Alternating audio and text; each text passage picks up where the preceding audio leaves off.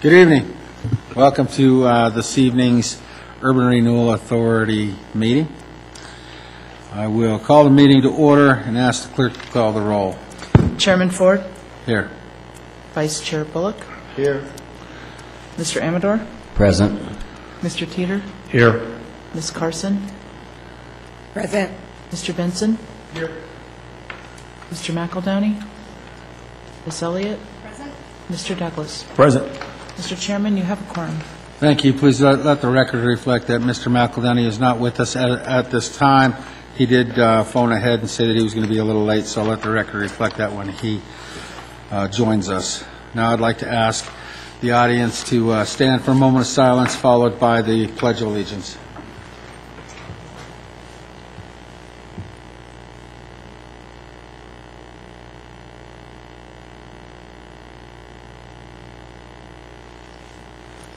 I pledge allegiance to the flag of the United States of America and to the republic for which it stands, one nation, under God, indivisible, with liberty and justice for all.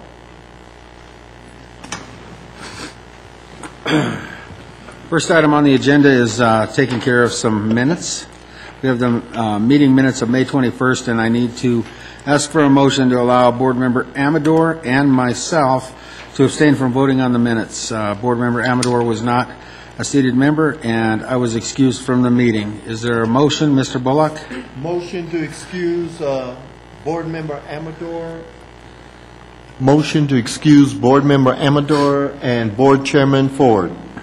Thank you. Mr. Teeter? Second. I have a motion and a second to allow for the abstention. All those in favor signify by saying aye. Aye. Opposed, say nay. Motion is carried. Now I'm open for a motion to approve the minutes. Mr. Bullock. Motion to approve the minutes of May 21st, 2012. Thank you. Mr. Teeter. Second. I have a motion and a second to approve the minutes for May 21st, 2012. All those in favor signify by saying aye. Aye. Opposed, say nay. Motion is carried. Now we'll take care of the meeting minutes of July 16th. I need to allow for the same abstentions, Mr. Amador and myself. Is there a motion for that abstention, Mr. Bullock? Motion to Chairman Ford and Board Member Amador to abstain from the meeting minutes. Thank you. Mr. Teeter? Second. A motion is second. All those in favor signify by saying aye. Aye. Opposed, say nay. Motion is carried. Now I need a motion to take care of the minutes. Mr. Bullock?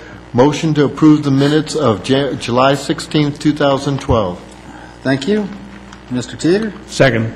A motion and a second to approve the motions of July 16th, 2012. All those in favor signify by saying aye. Aye. Opposed, say nay. Motion is carried. I need to note that there has been some confusion regarding the reason for an executive session. It is being called to receive legal advice, not the purpose of directing negotiators, as our agenda indicates. I'd like to ask the Deputy City Attorney Stevens to provide the appropriate citation and then ask for a motion to go into executive session based on the language provided by the Deputy City Attorney. Sir, I think the language that you're looking for this evening is an executive session pursuant to Colorado Revised Statute, Section 246-402-4B, for the purpose of receiving legal advice regarding the request for qualification review discussion. Thank you. Mr. Benson? Second. I need a motion first. So moved. All right. Now, Mr. Amador? Second. I have a motion and a second to go into executive session for the reasons stated by the assistant or the deputy city attorney. I'll ask for a roll call vote. Will the clerk please call the roll? You only need a voice vote to go into executive session, sir. All right, then we'll do a voice vote. All those in favor signify by saying aye. Aye. Opposed, say nay. Motion is carried. We're going to take a break and go into executive session.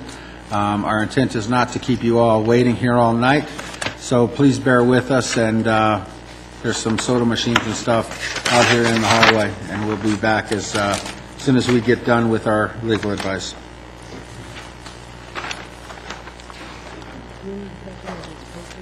I don't think so. Sean, do we need to bring any We of don't this need other with papers, do we? us? Should we bring any of this with us? No, we will give you something.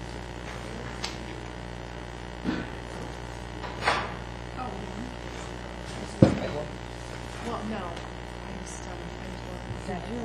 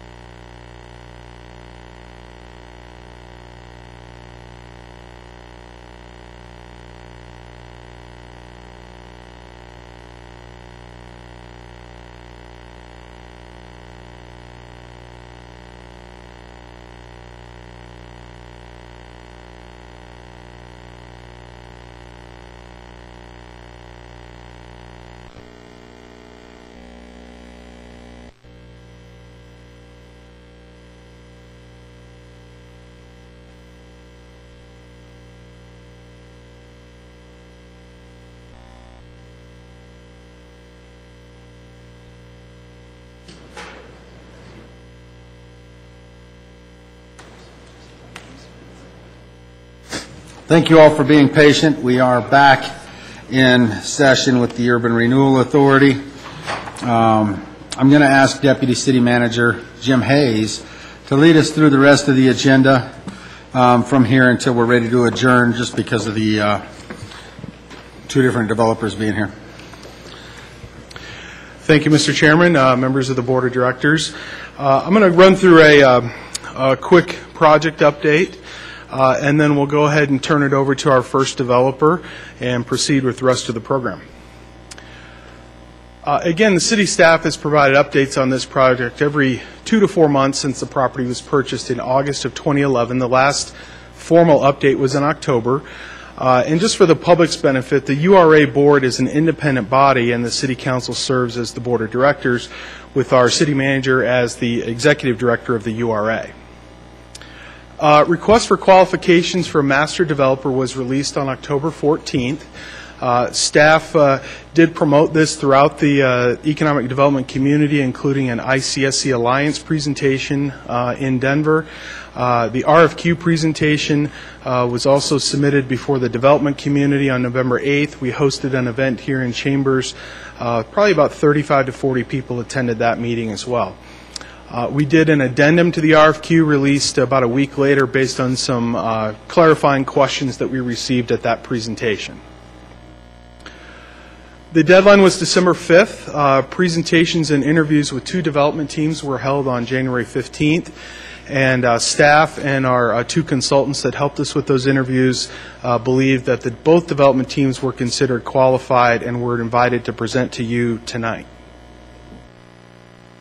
I'm not going to spend a lot of time on this drawing, but just a reminder, this is a concept plan based on the feasibility study. It's in your vision book. It's really just a massing study based on the market study that we did last year. This is not an approved plan or zoning or anything like that that binds us to how this needs to look, but really just shows what this potentially could be on this property. So you may see some similar themes from the developers tonight with their ideas for the site, recognizing that, again, those are concepts and we've not taken it through the entitlement process, or definitely not through any kind of public process. EDA grant, I mentioned in October that we received a letter closing out our grant in September. I'm happy to report we've identified an additional grant that we may be able to use for infrastructure and capital construction on this property. There are several cycles that exist for this grant, and we're evaluating a potential submittal in May. There's another one in late summer if we're not that far along with our developer partner at that point. But very exciting, because we think there might be hundreds of thousands of dollars available that we can use for infrastructure. Quick update on the Suncor Energy Boys and Girls Club. And that will be the official name of the center due to Suncor's $1 million grant that they started this project with. Fundraising, as you know, is underway and ongoing based on their preliminary concept designs. I did hear from Boys and Girls Club that as of January, 70% of the money has been raised for the project.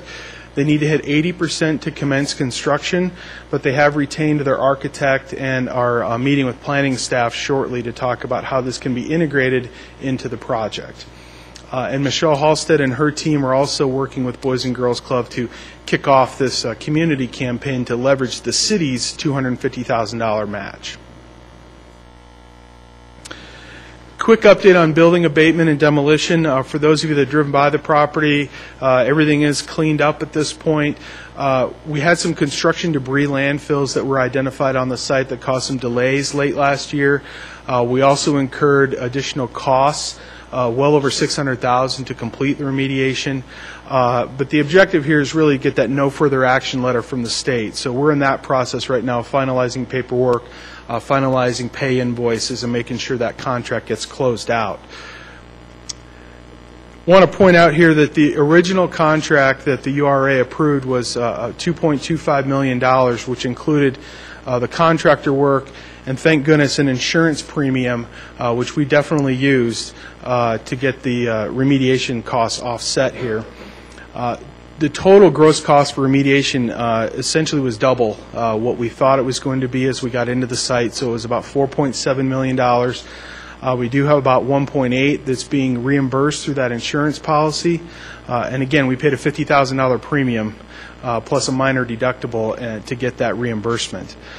So it leaves us total costs of about $2.9 million, which leaves the gap there of $684, as I mentioned. Quick summary of the budget to date. The URA received a $4 million loan from the city for the purchase and some initial operating expenses. The board also received a $2.5 million loan addendum in 2012 for the additional abatement and demolition. So the entire $6.5 million has been spent or is encumbered at this point. Totals, as you see there, are projected at $6.68 million, so we're over the loan amount. So we're over by $185,000. We'll be taking a proposal to the City Council on March 3rd, and then if that is approved, the URA board would accept the loan amount on March 17th, and it would be to increase the loan amount by $250,000. So it's to cover the demolition and abatement cost overruns, but then also to keep a small project operating balance in case we need to get out there and do survey work, continue the maintenance of the property, those types of things. We've got some operating capital. So no action is needed on that tonight.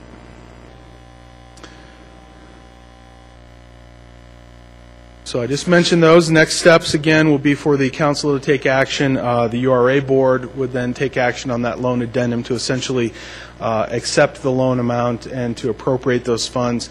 And then there would be an optional executive session that night to instruct negotiators or to get further legal advice.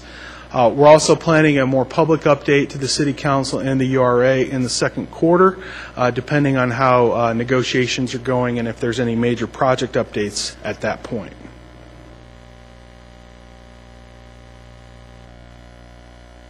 So now I'm going to turn over to the development teams. We've got two that are presenting tonight.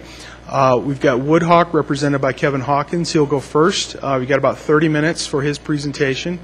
Then Regen LLC, Rick Wells, will be going second. We'd ask that you refrain from asking questions until both presentations have been completed, and then we'll have Kevin and his team come up and answer questions for a while, and then switch off and go to Rick and his team. Then at the end, we've got some options for the URA board to consider.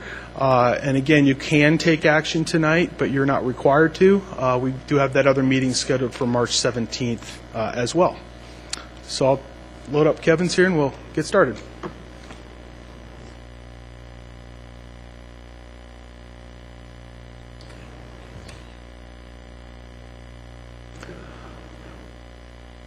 Mr. Chairman, Mr. Vice Chairman, my name is Kevin Hawkins with Woodhawk Development.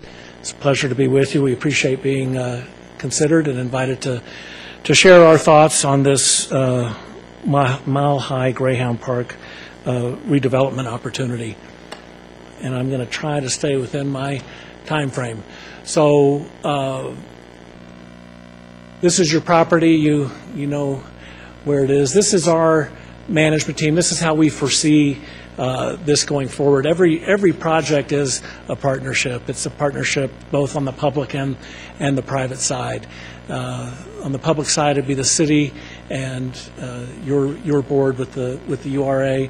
On our side, it's our company, Woodhawk Development, and then we have a number of professional partners that we already have identified to be part of this project with us.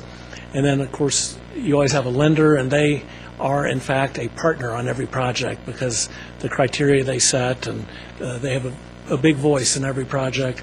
And in our marketing and brokerage, we have David Hicks Lampert, one of the leading brokerage firms on the Front Range. And on community and institutional educational part, we're honored to have City Projects be part of our project team. So Woodhawk Development is a 50-50 partnership between myself, my company, Hawkins Development, and the Woodbury Corporation. And I'll tell you a little bit about each of these entities to give you a background. I started doing development in 1978. I actually began my professional career as a CPA with back then what was called one of the big 8 CPA firms. I think they're down to 3 or something now.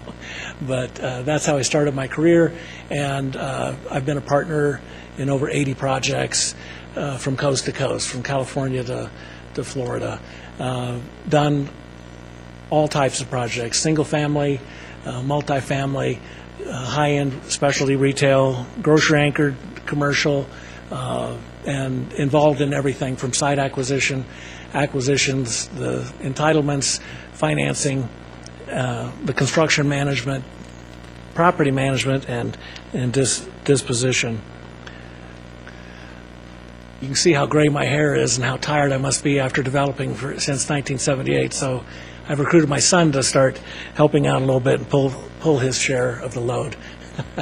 So Jake helps out on an ongoing basis. Now he's actually with David Hicks and Lampert, is a commercial broker. He's had extensive for the past 8, now going on 9 years, being a commercial retail broker. He's leased over 600,000 feet on the Front Range. I'm really pleased to be partners with the Woodbury Corporation. Woodbury Corporation started in, I think there's on the slide here somewhere, but either 1918 or 1919. It's a fourth generation family-owned real estate concern that they own around 13 million square feet of buildings. You can see on this pie chart and just under it, they have retail, office, they have residential units, they have almost 1,600 hotel rooms. I think that's about 10 hotel operations that they own. Most of them are under the Marriott flag, one of their various flags, raw land and other types of assets. There's a distinction in the development industry that I wanted to bring your attention to. There's 2 types of developers out there, and this is a generalization. You always get hung up a little bit on generalizations, but there's investment developers and there's merchant developers. And a merchant developer is what makes up probably, my guess would be about 95% of the development world. And a merchant developer is someone that develops a project and then they flip it. They sell it at the end of the day. They sell it to a insurance company or a REIT or an investor, but they're in it to flip it, and that's what 95% of our business does. We are investment developers. We invest for our own portfolio, and we retain our projects long term. In the Woodbury Corporation, they have all these departments and divisions in-house to sustain and support not only their ongoing development but their existing portfolio. They have in-house design and construction management, financing, legal, they have a huge in-house legal department, property management, accounting, and they have a hotel division also. This is how the company structure works, and this is great for me as their partner, as I can step in, and it's kind of like I use the slogan sometimes that my being partners with Woodbury's is like saying that myself and Hank Aaron have hit over 700 home runs. These guys are a very big company, and it gives me a lot of horsepower. I'm here on the ground. I live here. I make the decisions, but I have all of their corporate backup and expertise that's available at my disposal. Just to give you a little bit of an idea on their financing, they have 12 different commercial banks and 27 different life insurance companies that they actively are doing loans with right now. They've done HUD financing. We've done TIFs, URAs across multiple jurisdictions. They've done loans as small as $500,000, and the largest loan they've done is $80 million. Last year, we closed 38 loans totaling over $280 million.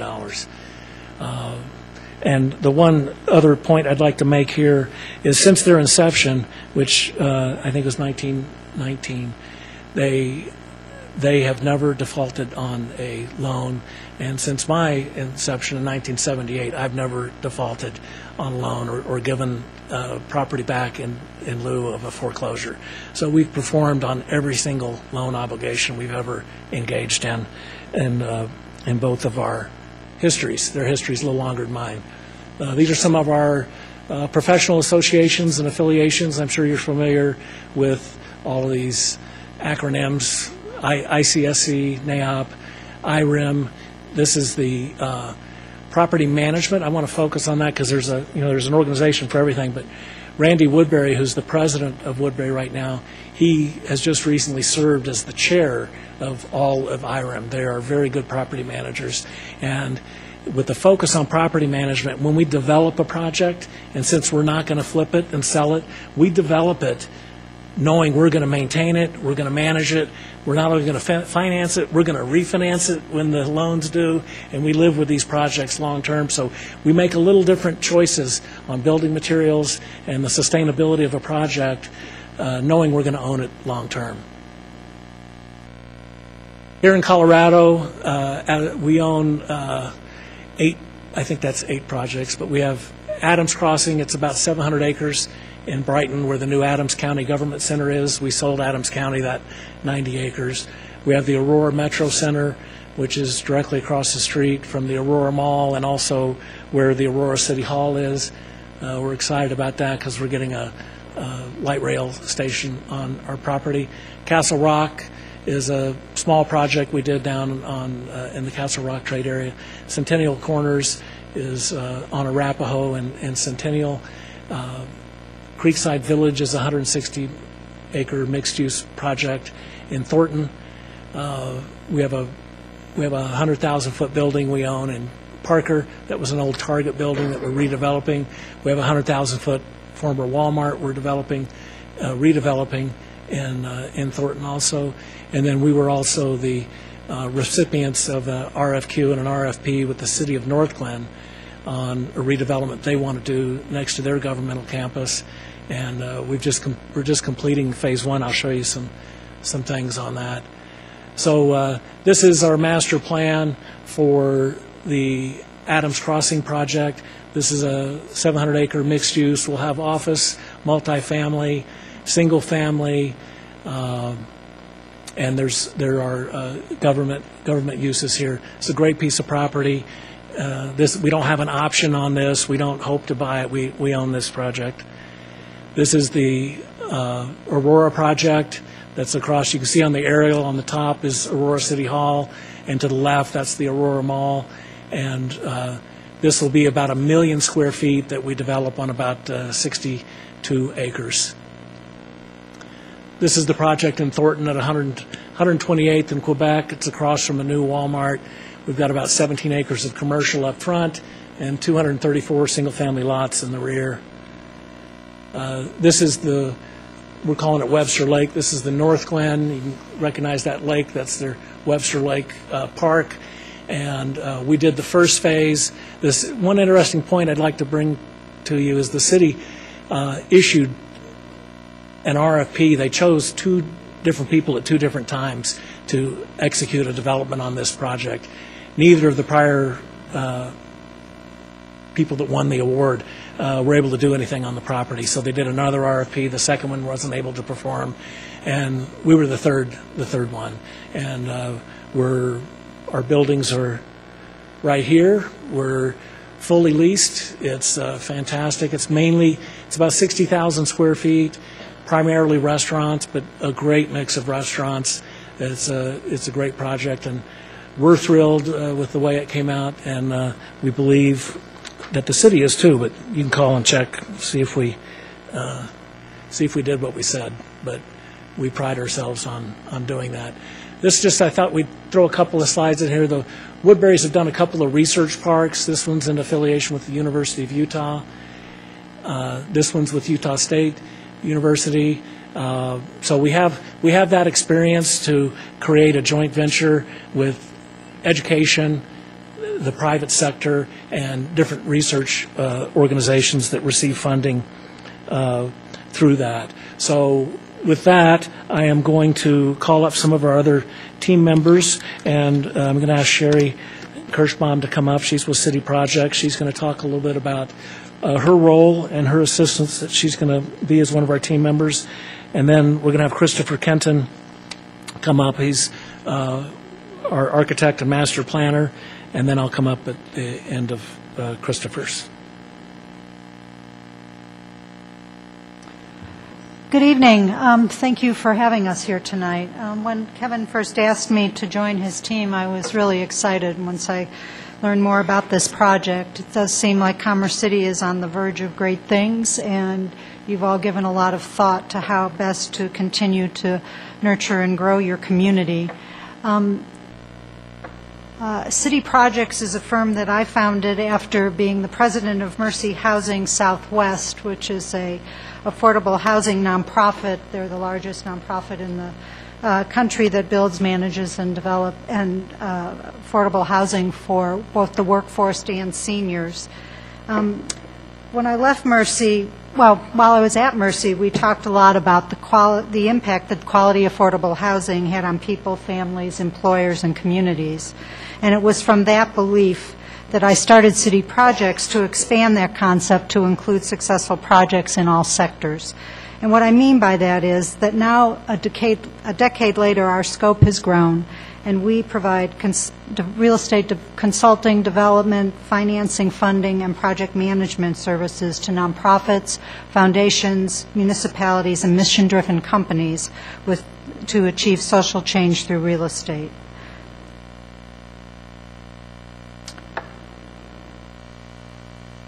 Our work is embedded in community. We believe that community is the force that makes things happen. Once you have collaborative partners, the stakeholders come together, and from that, good ideas happen. We have expertise in working with both the nonprofit, private, and public sectors, our knowledge of stakeholder relationships and community outreach, low-income housing tax credit and tax-exempt financing, and our extensive relationships with private and philanthropic foundations is exceptional. We understand how communities work. We understand how municipalities work. We're very familiar with community development block grant financing and how to bring all of these different financing options to bear on any one project, especially in affordable and workforce housing. From what we have learned, there are 4 categories that we think are primary as it relates to the redevelopment of the Greyhound Park. One is certainly live. We believe that the built environment really creates permanence in a community.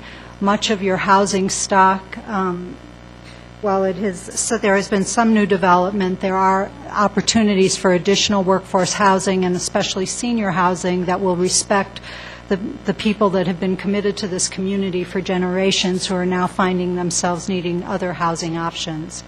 Work. The base of the workforce in Commerce City is changing, as is the work options around the country. There are more innovative ideas for how people work. Technology is surely driving the way we work in terms of innovative workspaces. The opportunity for renewable energy manufacturing, social enterprise, businesses, and other type of manufacturings that are more of the green technology seem to be a good area for development opportunity in Commerce City. When you talk about having an educational component, we've given a lot of thought to this. It would be easy to say that we would commit to providing an educational institution, but I think that what's important is to decide what kind of institution you want for the 21st century.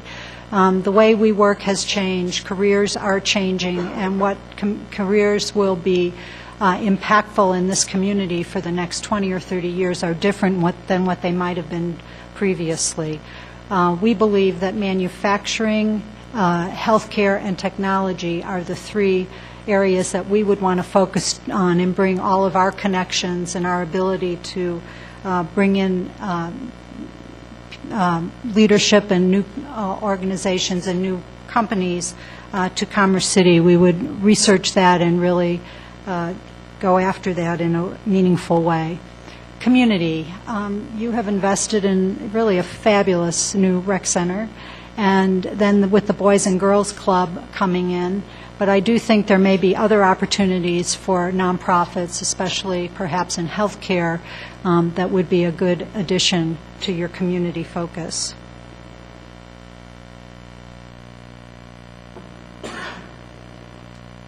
Every project's success is determined by the people and the partnerships that are created during the project's life cycle, whether it's in planning, financing, entitlements, or funding. Relationships, communication, and trust move projects forward. Our team is thoughtful, knowledgeable, and resourceful. We have heard it said that bringing together the right stakeholders for the right project is one of our best attributes. And working with our partners here at Woodhawk, we really believe that we can bring to bear the goals and objectives that you've set forth. It's tricky trying to manage your iPad and this little holder. So, these are some of the clients that we've had the good fortune of working with. We have deep roots, as you can see, in the nonprofit and public sector. We have worked a lot with the City of Denver's Office of Economic Development, and as I said, many of the key foundations in our community. So we look forward to answering your questions, and thank you again for the opportunity to be a part of this.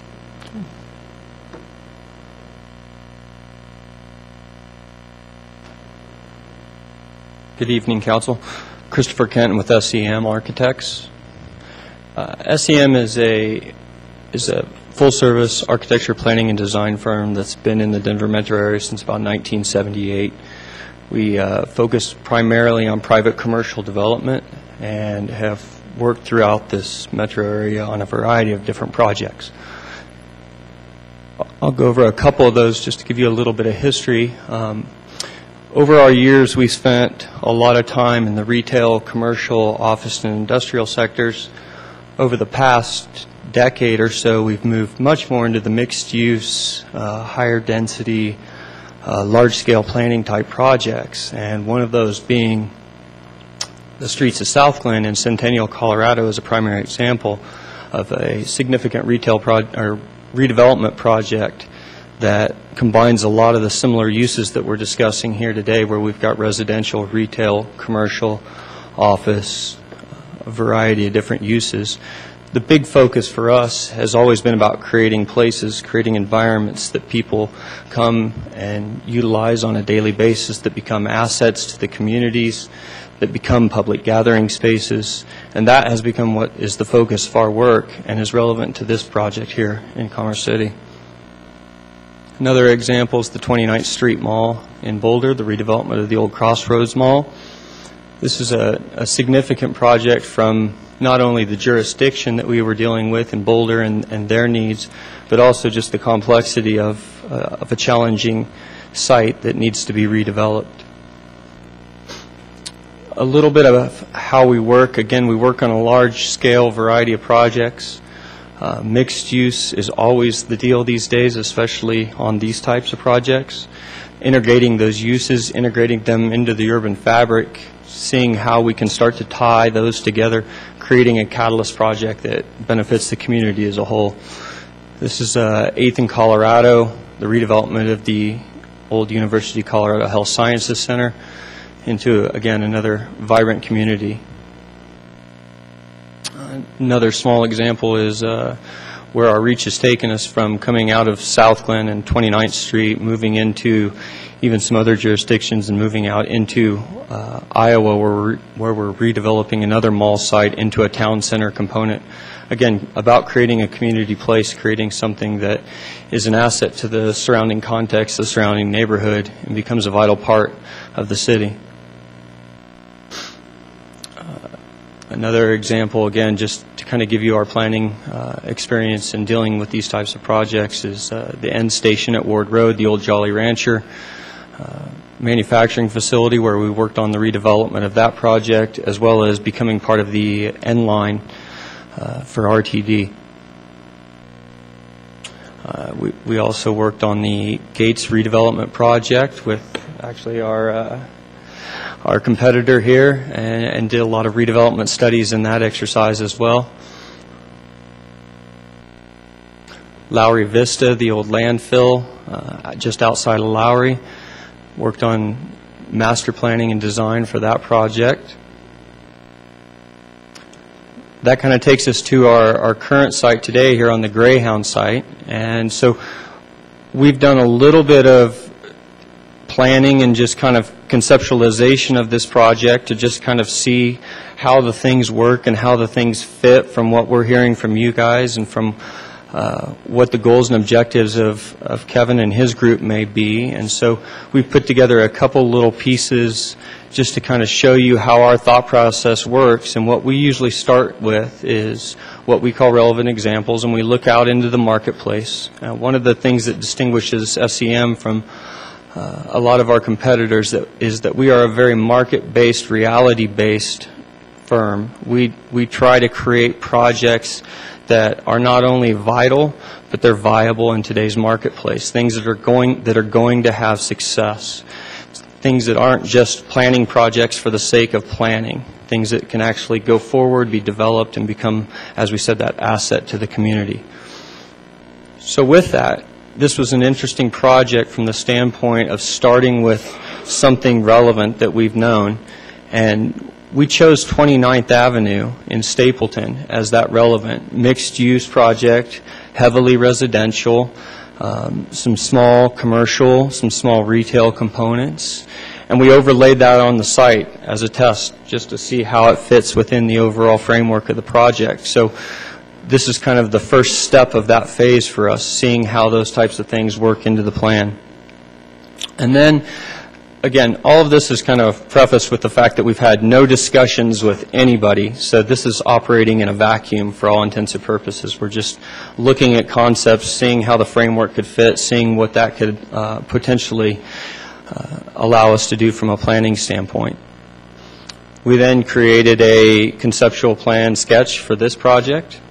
You can start to see some of the influences from 29th Avenue, the idea of creating central gathering places, the idea of mix of uses, the idea of different levels of density, stepping those in, finding ways to activate the core, as well as providing some potential development along the frontage.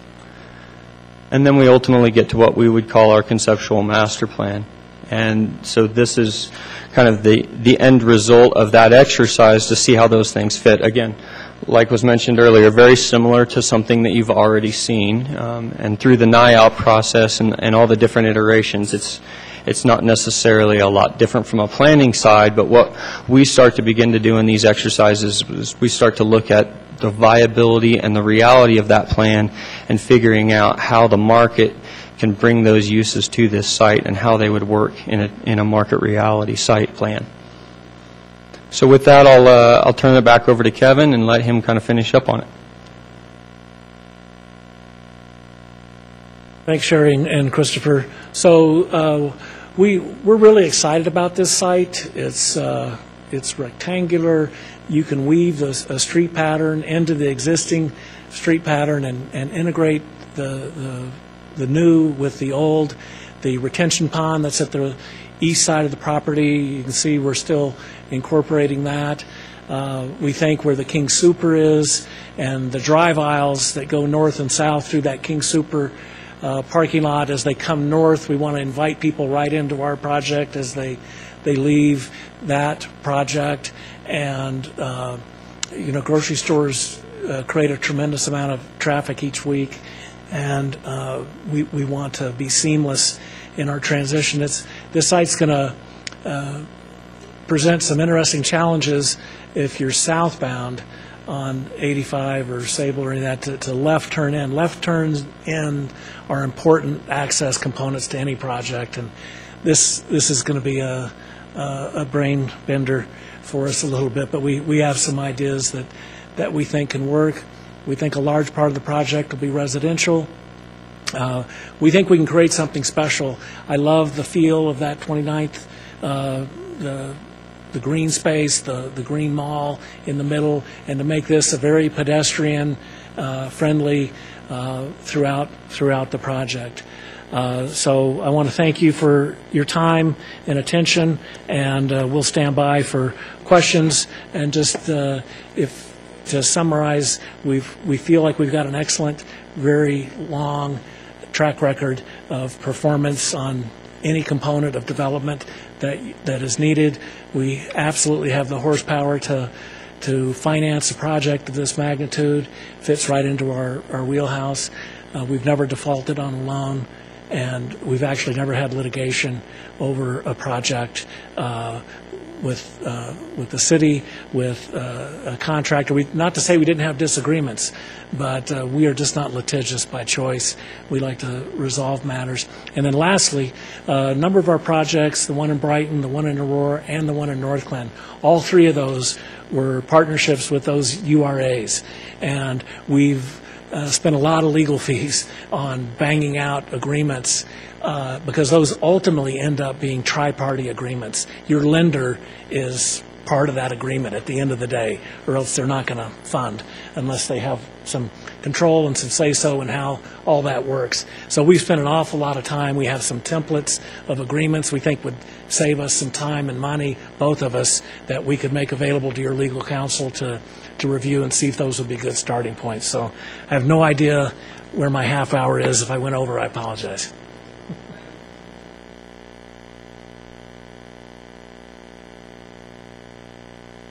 I see Mr. Wells coming up, so I'll go ahead and turn over to Rick and get his presentation started.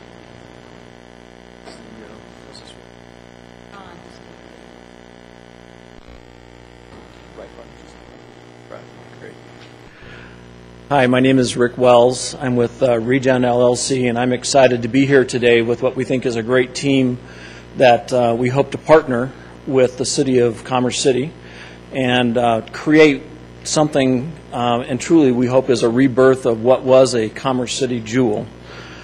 There's a lot of pieces that come into play when you're trying to build a community, and that's what we'd like to talk about today, is how do we build a new community where currently there is nothing, but there was something that was great for the City of Commerce City. And there's a lot of pieces to that. We've represented that here with some puzzle pieces. We know the history of the site, the Mile High Greyhound Park. I'm a native to the area. My dad worked there as a cashier.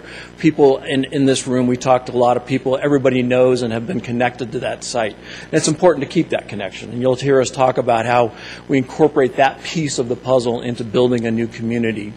As important as anything is the quality of the place. You really have to build a place with a high enough quality that people want to live and work and train and come to Commerce City and be a part of this new community. You've made the step, and I think it's an important one, saying that jobs and education and training is a very important piece of that puzzle, and we agree.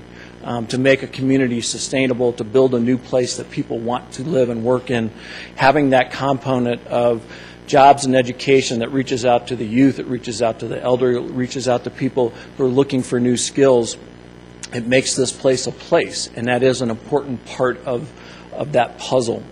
The investment in the youth, having the opportunity to right up front put a Boys and Girls Club as an anchor to a portion of this new community is terrific. I think that you've done a great job of getting to the point where that project is very nearly ready to proceed.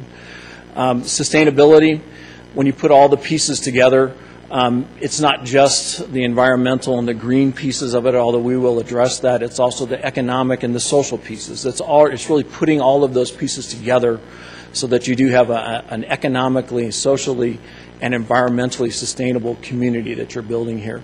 And what does it lead to? What do you get out of it? You get economic development. That's kind of the last piece. When all the pieces of the puzzle come together, what you get is a new place where there's currently nothing.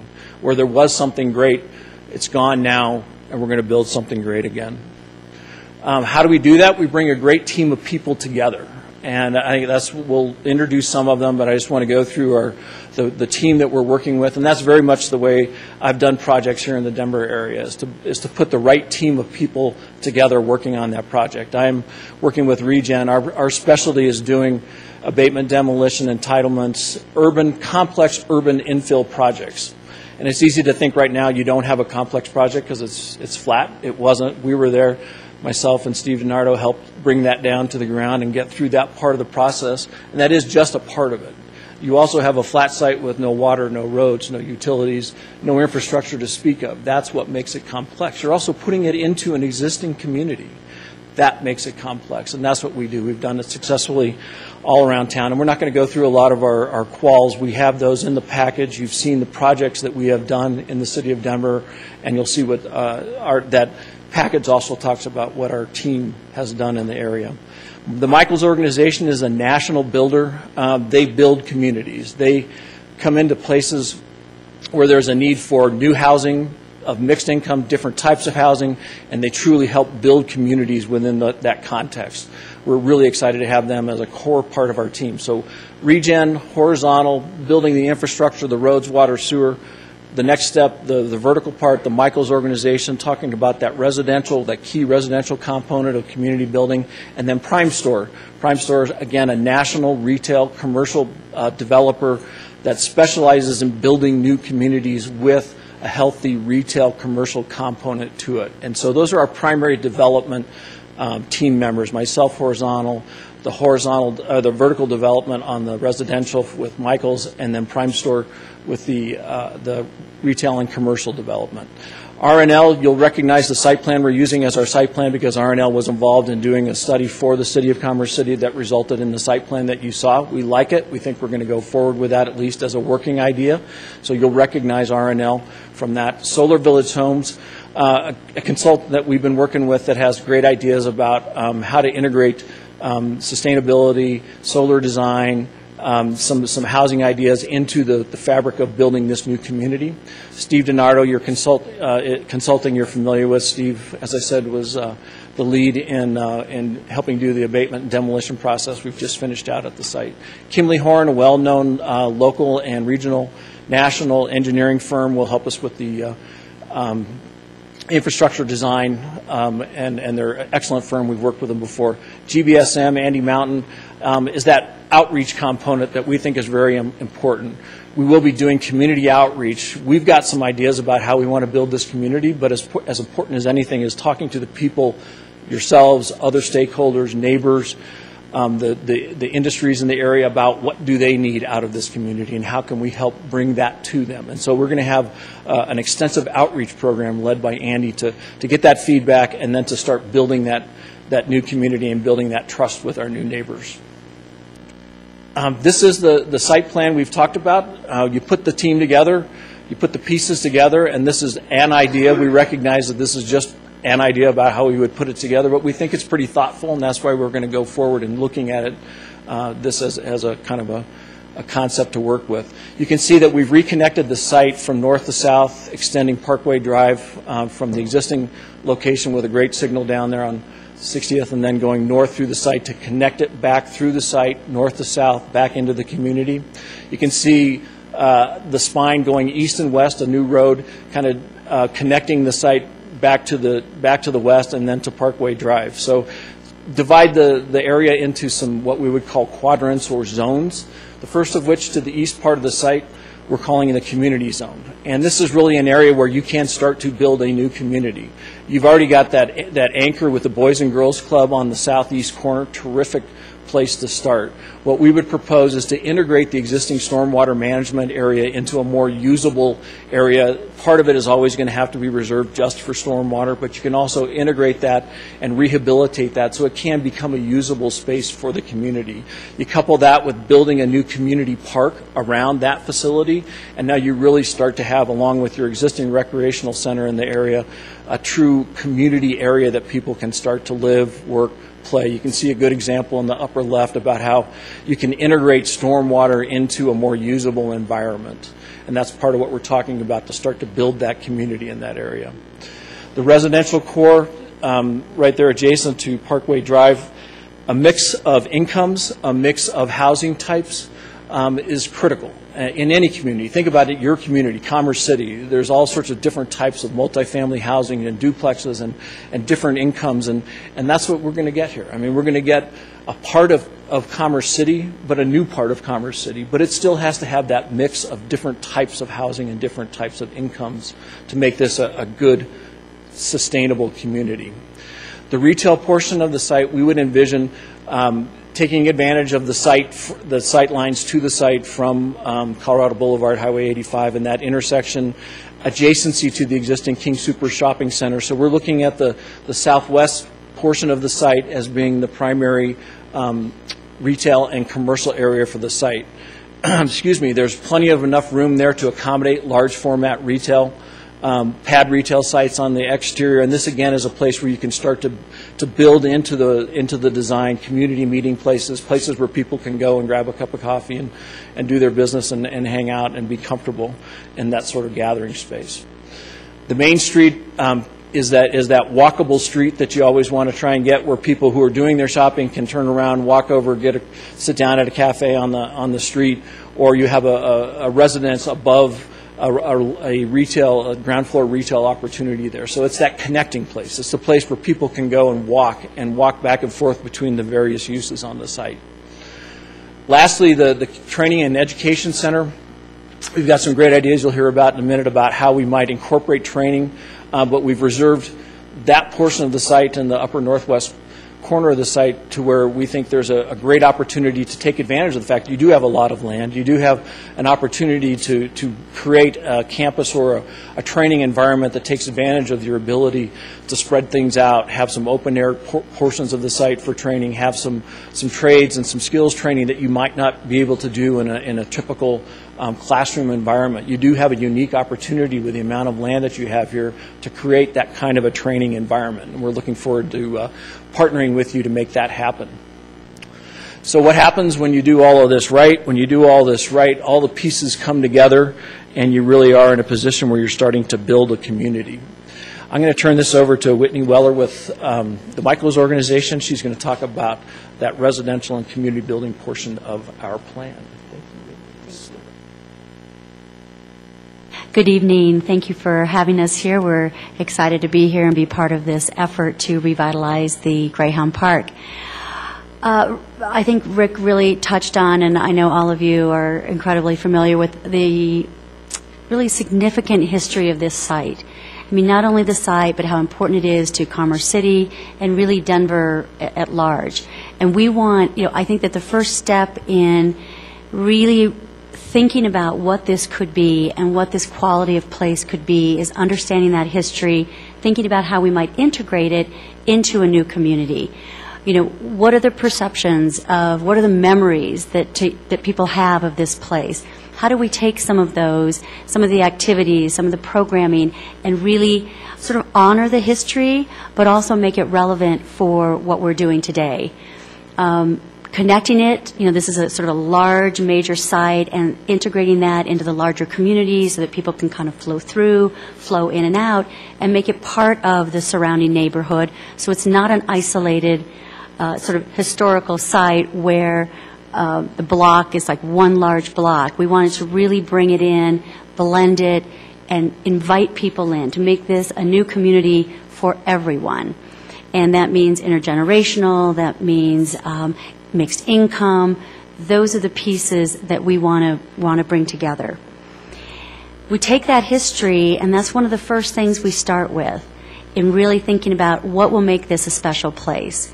We've talked about housing, we've talked about retail, certainly the workforce, job training. Those are all really important community amenities and aspects of a very successful neighborhood. It's walkable. People feel comfortable walking. They're safe. Children feel safe going to their friend's house, to their neighbors, to the school, to the Boys and Girls Club. Those are the things that we want to take into consideration as we really think through the details of what this will become.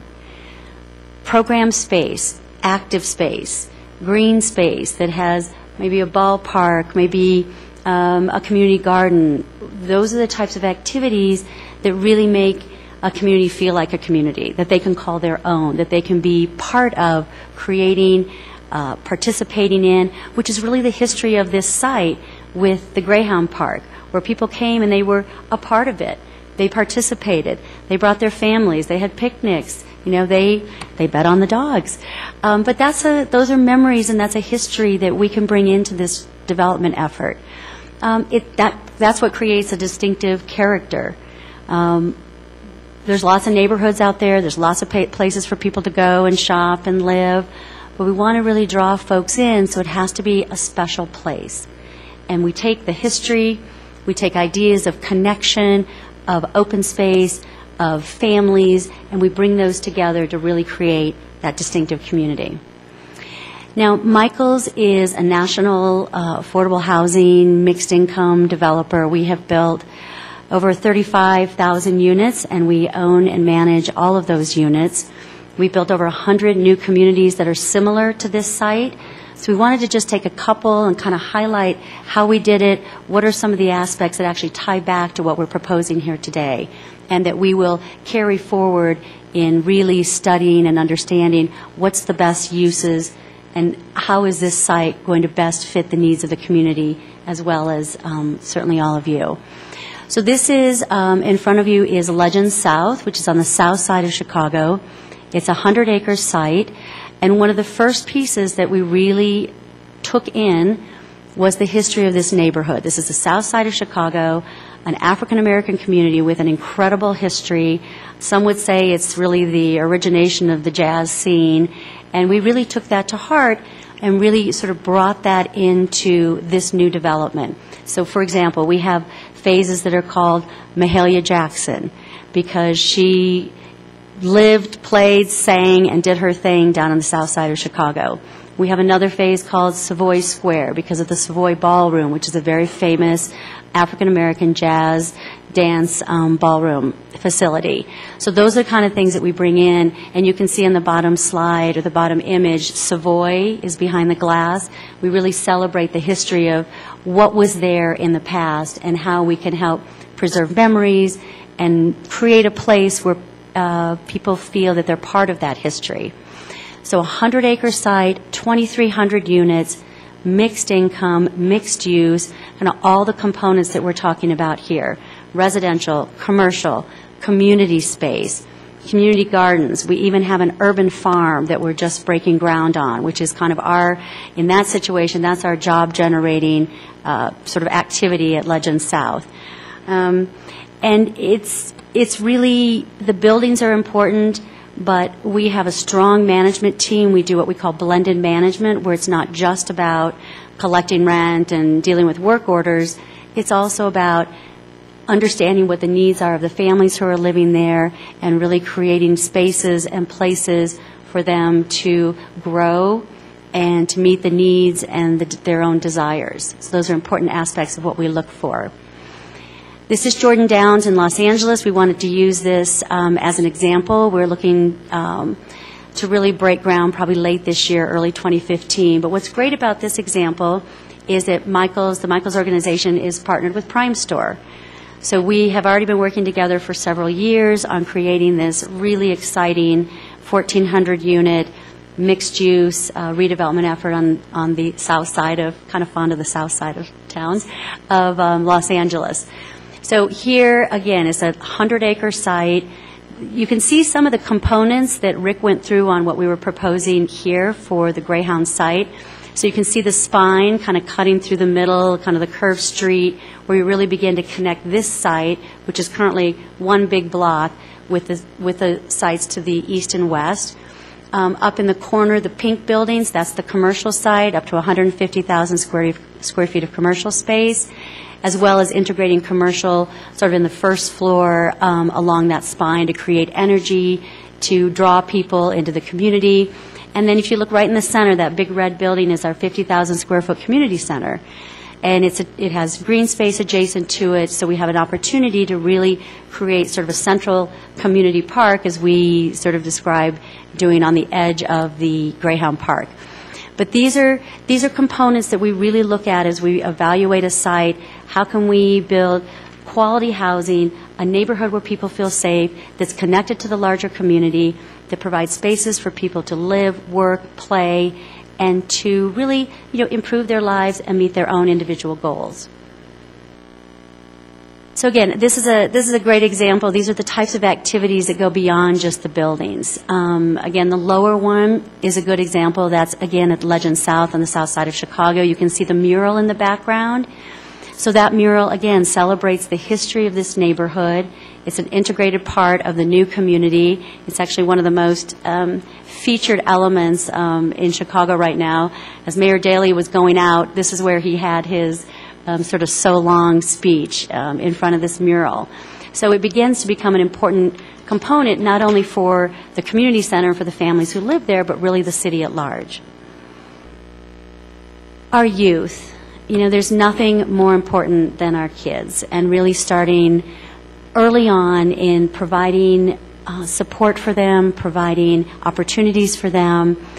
One of the things that Michaels excels at, we've won numerous awards for creating partnerships with a wide variety of organizations and entities that provide programming, that provide mentoring, youth training programs, giving children opportunities to really participate in the types of activities that inspire them and help them lead, exciting, fulfilling lives.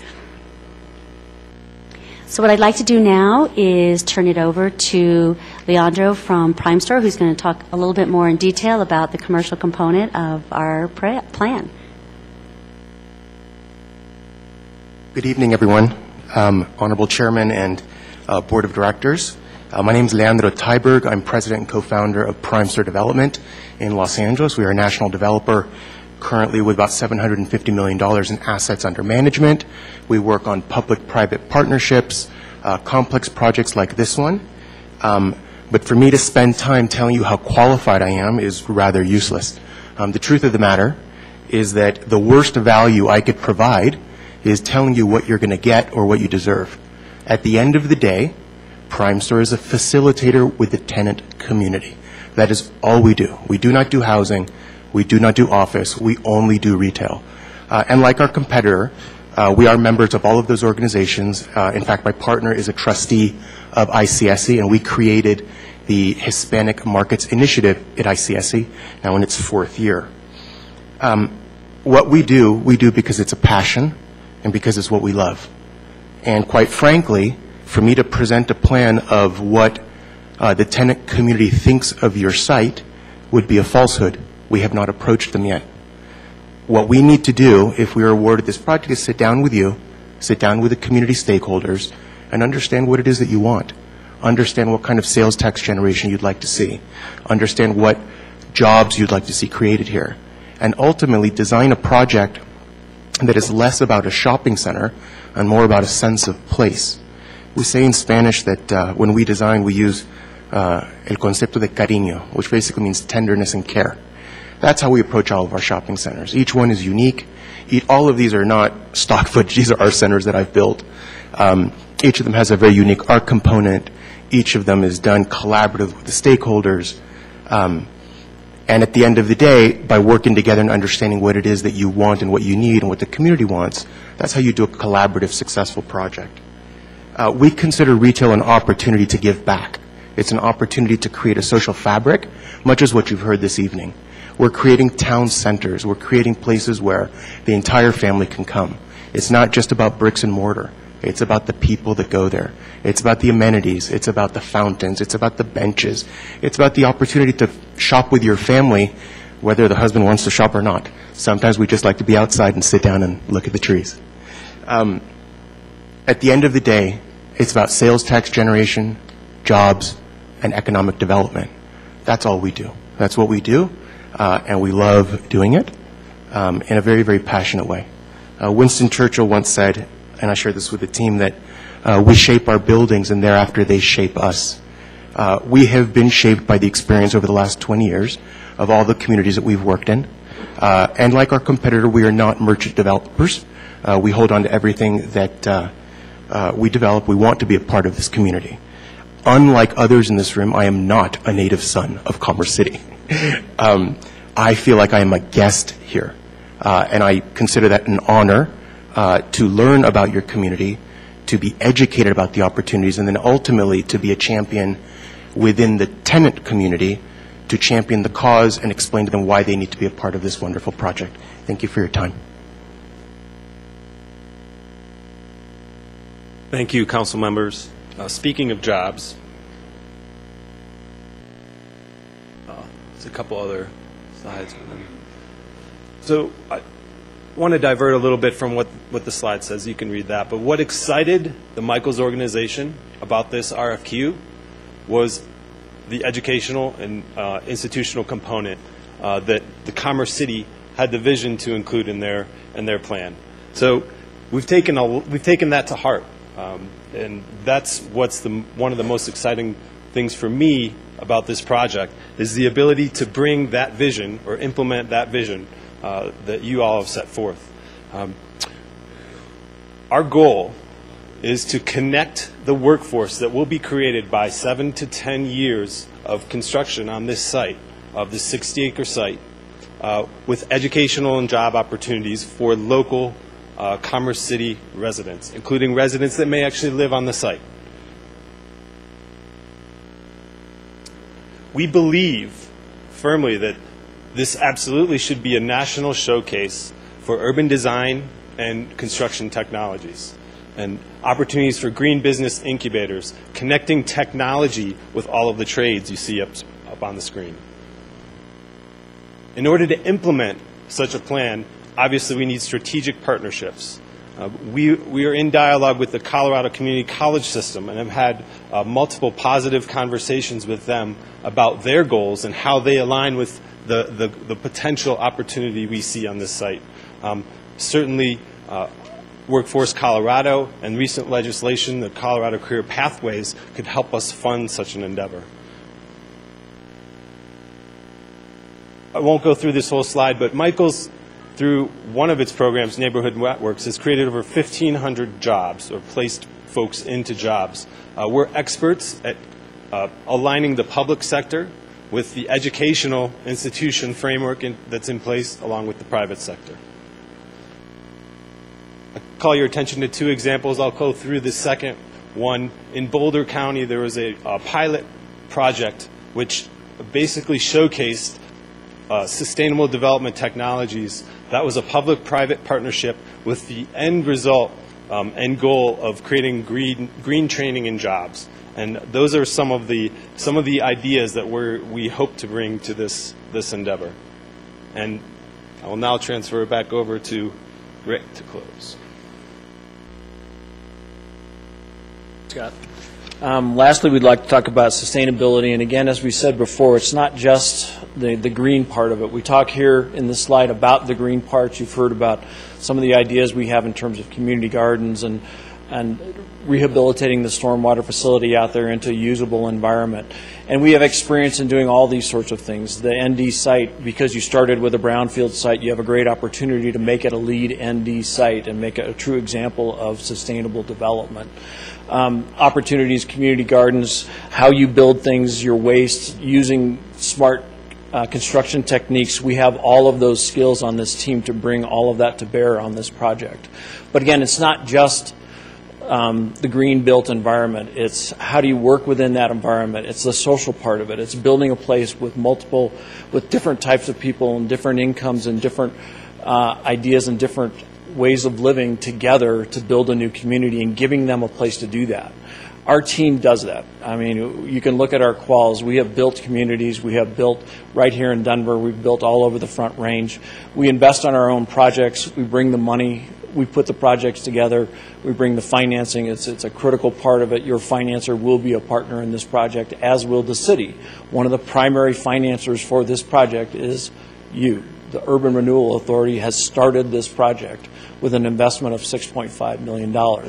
What our hope is, the bottom line for Commerce City, is that with our proposal, we can get you that $6.5 million back as a part of what you get out of this project, and that on top of that, you get a new park, you get a new stormwater facility, you get new residents, you get job training, you get an investment in the youth, and you get a place, truly a new community where we bring all of these puzzle pieces together with our team and you as a part of the team to really build something new here. So we're excited to be here. We're excited to work with you as a partner to make this happen, and we're here to help answer questions. Thank you.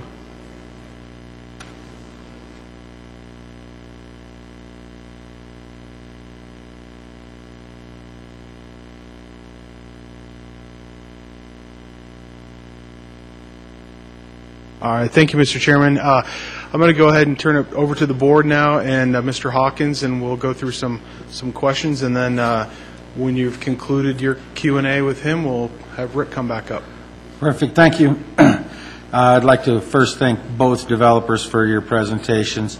We'll get with the Urban Renewal Authority Board and allow them to ask some questions particular to your work that you've presented this evening. Mr. Benson. Is this the way that we're planning to do it, to have the first gentleman ask you questions and then the other presenter? I would think it'd be better to have both of them so a question could be asked and we could hear the answer of each one. Well, you know, if I may, Mr. Benson, I think the best way to handle it is to allow the Urban Renewal Authority Board to go ahead and direct their questions to the developers of choice, and if it includes both developers to ask that question to, that they both could have the opportunity to address that question, if that makes sense. Well, I know they will, but I'd like to hear the answers at the same time. Yeah, I don't have a problem with that. If you have a question that would engage both developers, I would allow them both the opportunity to answer before we continue to move on. So do you have a question? No. All right. Right now, go ahead. You mean we went through 5 minutes of debating how the question's going to go without a question? I'm just making a general request that I want to hear both sides. All right. Gotcha. All right. I am open for questions from the board if you have questions for the developers. Any questions, comments? Well, okay. I will ask a question. Mr. Benson. Okay. I think you mentioned the left turn off of southbound Highway 2 and Highway 85. What is your plan? Of course, you know, you can come down to 64th and make a left-hand turn off of Highway 2. How would you handle that situation? Because to me, that's a huge cutoff for that part of town, where you either have to go all the way down to 60th and make a U-turn and come back, or you take a left-hand turn on 64th. You can't take a left-hand turn on 62nd. How would you handle that? Well, we think, first of all, we think tying the major north-south road at the 50-yard line all the way up would be a good thing, but you still have to, you have so much traffic on 85 that it would be nice to capture that. So we actually think that talking to the property owner that's just to the north on the 85 frontage, and they're talking about putting a church there, and we'd like to actually talk to them about doing an exchange with them, making the church, integrating that into our project, which a church is a good thing to integrate in the middle of a community, and they're right out on the main frontage. If we were to be successful in that discussion, then we could take the first parallel road to 85 and take it through that church property and go up, and there's a signal there, and we can bring people right in there on a left turn. So that's one of our thoughts of solving that. When you say the church property, you're talking about the existing event center? Is that what you're talking about? Mm-hmm. Okay. No. I've looked at that situation myself. I'm not a traffic designer or an architect, but I'm thinking, who designed this in the first place to make it work like that? Yeah, that's who we need to find. Right. But we're using Mike Rocha with the Rocha Traffic Engineers. He's helped us solve several other major situations, and he thinks he could help with that. I'd also like to hear what the other gentleman has to say. Sure, come on up.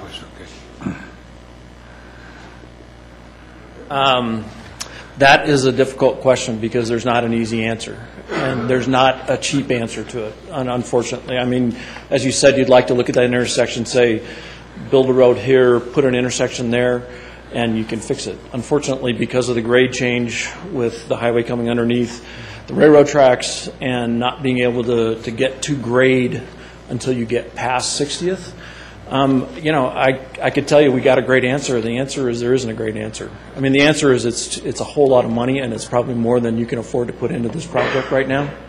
You would hope that over time, as density grows, as we're able to start to attract retailers to the project, that the state could help to afford to start to correct some of those deficiencies in that interchange.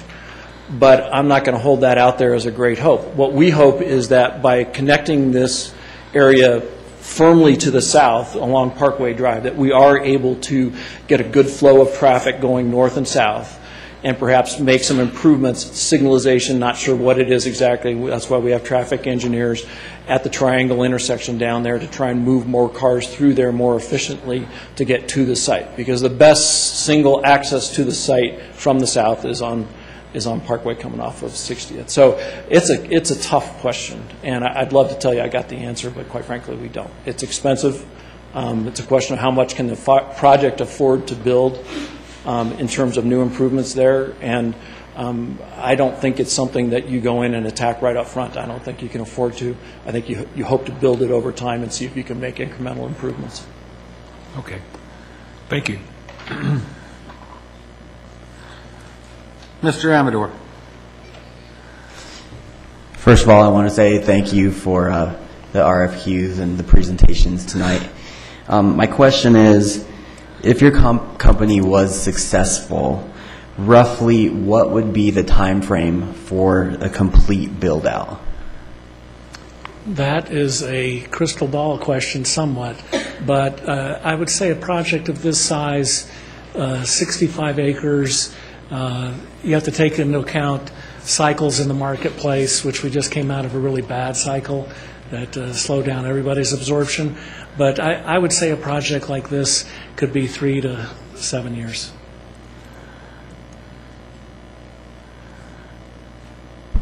Thank you. And might I be able to ask the other applicant the same question to see what their response is, please? From a proposal perspective, the absorption would probably be 7 to 10 years for the whole site. However, from a retail perspective, when we go to the shopping center conventions and talk to the tenant community, I can't tell them, please join us in 7 years. They will say, call me in 6.5. The truth is, from a retail perspective, we would need to probably have them installed within 3 years. Does that take care of everything for you, Mr. Amador? For now, yes. Okay. Councilwoman Carson or Board Member Carson? Thank you for your presentations. Mr. Hawkins, I can't find anywhere in here, is there a project example of something like what the Mile High Greyhound Park is that you've worked on? Or this seems pretty unique to me, what we have here. And I didn't know if you had something and I missed it, or... Exactly like it?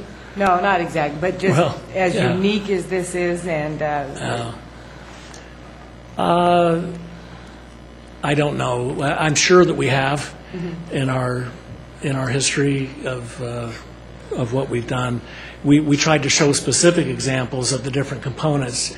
Mixed-use development is a relatively new trend in real estate right now. It's been in different cycles. So we have done all components. We've done single-family, townhouse, condos, apartments, retail, anchored retail, office, industrial, research parks. So we've done parts of all of it.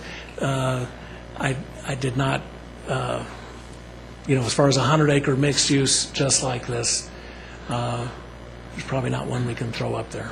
Okay, thank you. Mr. Douglas. Thank you. Thank you for both you guys coming in and the whole team on both sides with your RFQ. The question I had for you, when you were showing the design, you didn't, and your layout, there was no indication there was a Boys and Girls Club. It's on there. It's really close to the green you space. Pushed it to the middle. Yeah, we felt it was going to be such an important part. We look at it kind of like an anchor tenant to the project. Okay. We wanted to engage it in our green space in the middle to bring people to the inside, and then the boys and girls that are using the facility can use just not their facility, but they can use our open space and the green space that's immediately adjacent to it. So we didn't put it on the hard corner out on the edge. We pulled it into the middle of the project, and it's on our. Yeah, it was I just failed kinda to hard point to that see out. on here, and- I'm sorry. And these two here are not the same, so I apologize for that. And just for both of you guys, both teams, how much of this project would be green design, LEED, or Energy Star, or Earthcraft design? Well, you may not like this answer. LEED is really falling out of favor in the development community. It's in deference to the architects that might be in the room. It became very popular very quickly, and it was kind of a runaway thing that publicly traded companies were flocking to. Sustainability is important. I think in our development, we are actually, and we did this in our discussion with staff, but we're under some NDAs right now that we can't violate our strategic partners in it, but this will be an entirely, from our standpoint, it will all be very sustainable, economically sustainable, very important joint ventures with all the utility providers, and we've got some very exciting things that I wish I could tell you, but I can't. Okay, thank you. Would the other developer like to have an opportunity to answer that as well? Sure. The question on It was on sustainability and LEED. Yeah, sustainable building, green design. Sure. With LEED and Energy Star or Earthcraft. Yeah, the sustainable design is what's important. I would agree with the gentleman before me. There's a lot of different labels you can put on it. LEED's one of the labels, but labels are important too. I mean, it gives you the ability to say to people in a measure that the outside public understands that you are certified with LEED. We just finished a LEED Silver certified building for the city of Salida on a project that we were master planning for them. What you have a real opportunity, I think, to do here, which is pretty interesting, is really to attack it from a whole community perspective, because you did start with an abandoned building that was, had environmental issues associated with it, and you've suffered through that pain, you understand all that. But when you're going after things like a community development, a LEED credits for building a green community, you start there. You started with something dirty, and you're going to get it clean. And so you attack the whole project with that perspective. One of the consultants we've got on here from a vertical development perspective is Mark Kostavny with Solar Village Homes, and that's what they do, is they try and incorporate green design, not just solar, but green design into affordable everyday person housing. I tell you, it's a lot easier to build a commercial office building with a LEED designation than it is to build a person's home with a LEED designation. And so what we would really like to try and do with this project is to bring those components of high quality manufacturing and systems built housing and just good quality design in the community, and try and see if we can integrate that in a way that really builds a sustainable community, whether we put a LEED label on it or whether we put whatever the acronyms are that label it. You go after those because they're important to the community. What's really important is building a place that people can afford to live in because the energy costs are low and because you built it right. And I'm sure our competitor would build the same way, and that's how we would approach it as well. Okay, thank you. Thank you. Does that take care of your questions there, Mr. Douglas? Thank you. Mr. Benson. Yeah, this would be a question for the Regen representative. I know in the Woodhawk presentation, they referred to social change through real estate development. And I've got to tell you that social change means image, or changing the image of this community, which is a primary concern to me. I didn't hear your side say anything about the social change that could be affected by this project. Yeah, if we didn't say it loud enough, then apparently we just missed it there. But I have to wear these things to be able to. Yeah, when we talk about building a community and investing in the youth and building the jobs and the training and trying to integrate that into a community, that really is the social change part of it. I mean, the Michaels organization, we're really excited to have them as our residential builder because that's what they do. They don't just build houses. They build communities. They put programs in place where people can come and get resources and get training and get a better way to live their lives. And building that kind of community here in Commerce City is what starts to change the image. Building a place where people say, hey, I've heard about, the Mile High Greyhound Park project because of the things we're building there and because of the environment we're building there, starts to change people's image of Commerce City. I mean, I get, it's hard for me to be negative about Commerce City because I've lived here for so long. Commerce City, I mean, you embrace a lot of what you are. I mean, you've got a lot of good jobs. You've got a lot of people living here who have great jobs, and what they need, we think, is another great community to live in right here in Commerce City. And so it's about building all those community elements, but it certainly is, you can't legislate, or the market won't let you build, you can't afford to build a brand new community with a completely different social structure. You have to build in the community you're in. And so you really want to build something that starts to change that community and the way people live in that community. That's the way, kind of the way we would approach it. I still have. Go right ahead. This would be a question for the Woodhawk representative. I know the region people mentioned that we can get our $6.5 million back plus 1, 2, 3, 4. I didn't hear that, but like I said, you might have said something that I didn't hear. But well, my father-in-law has a cochlear implant, so I'm used to talking loud. Okay. We in our package, and I don't know if our complete package in the RFQ that we submitted is available to you, but we put detailed spreadsheets in there where you would in fact get your $6.5 million plus much more. That's if it is a successful economic development, which we think it will be, you will get back not just your $6.5 million, but much more. And just one word on the social fabric that Regen addressed. We feel strongly about that, and we addressed it somewhat, but. One of the philosophies we have, there's an old slogan that I like slogans. I'm a slogan guy, but it's as the twig is bent, so grows the tree.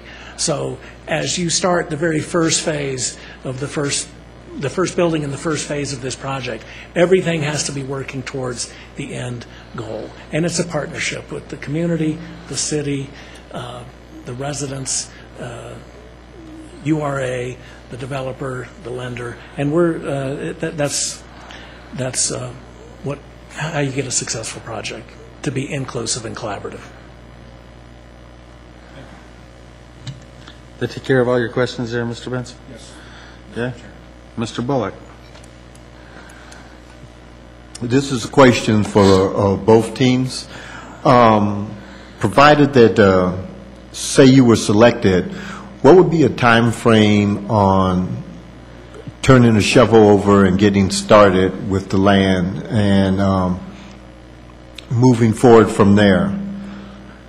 Well, every project's different. We can't control the market. We can only react to the market. But I can tell you on the project we just are finishing in North Glen, our first phase is 11 acres, and it's about 60,000 feet. And I think we signed our agreement with NURA, it's called. Everybody's got an acronym. Mm-hmm. I'm not sure how to pronounce yours, actually. But I think we signed it 2 years ago. And we now are closing in on concluding 60,000 feet. So, ICSC is coming up in May. It's May of every year. And we have to design and present it to the tenants and see what we can do, but and the housing. But I think you could easily have something in the ground in 18 months to 24 months. You have a lot of different types of uses in your mix of uses. So you could do a model center, you could do a phase one. You could do a multi-tenant restaurant building, and activity breeds activity. That's going to be true for either of the developers. You have to prime the pump, and as you prime the pump, activity generates more activity. So it's important to get the first phase in and for it to be right, headed in the right direction. So that's my perspective.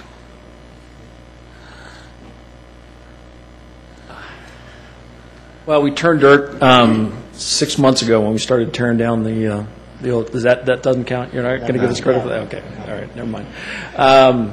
What we have to do first is go through the planning and entitlement phase and really know that we are building what we want to build and what the market thinks needs to get built. And going through it's the same process we would both go through in terms of zoning and planning and entitlement and engineering and all that sort of stuff. I think that's realistically 9 months to get through that process.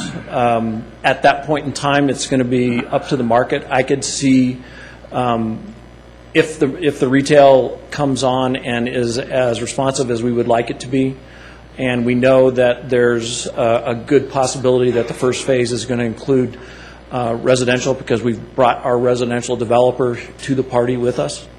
And so I would say on an optimistic scenario, starting from today, going through everything that you need to do until you're starting to get utilities and road work done, you're talking a minimum of 9 months, more likely 12 to 16 before you're actually in the ground and starting to do work on the horizontal. The good news is it's a relatively simple site in terms of how you put it together, and you can build multiple phases at the same time. If the retail wants to go, if the market says it's ready, you can be building the retail. It's a big site. You can be building the retail at the same time as you're building the first phase of the residential. You can be building the Boys and Girls Club at the same time as you're revamping the stormwater portion of the site. So it's not necessarily a linear sequence, but there's going to take a period of time, and it's hard to imagine it being less than a year just to get through that engineering, planning, design, entitlements portion of the project.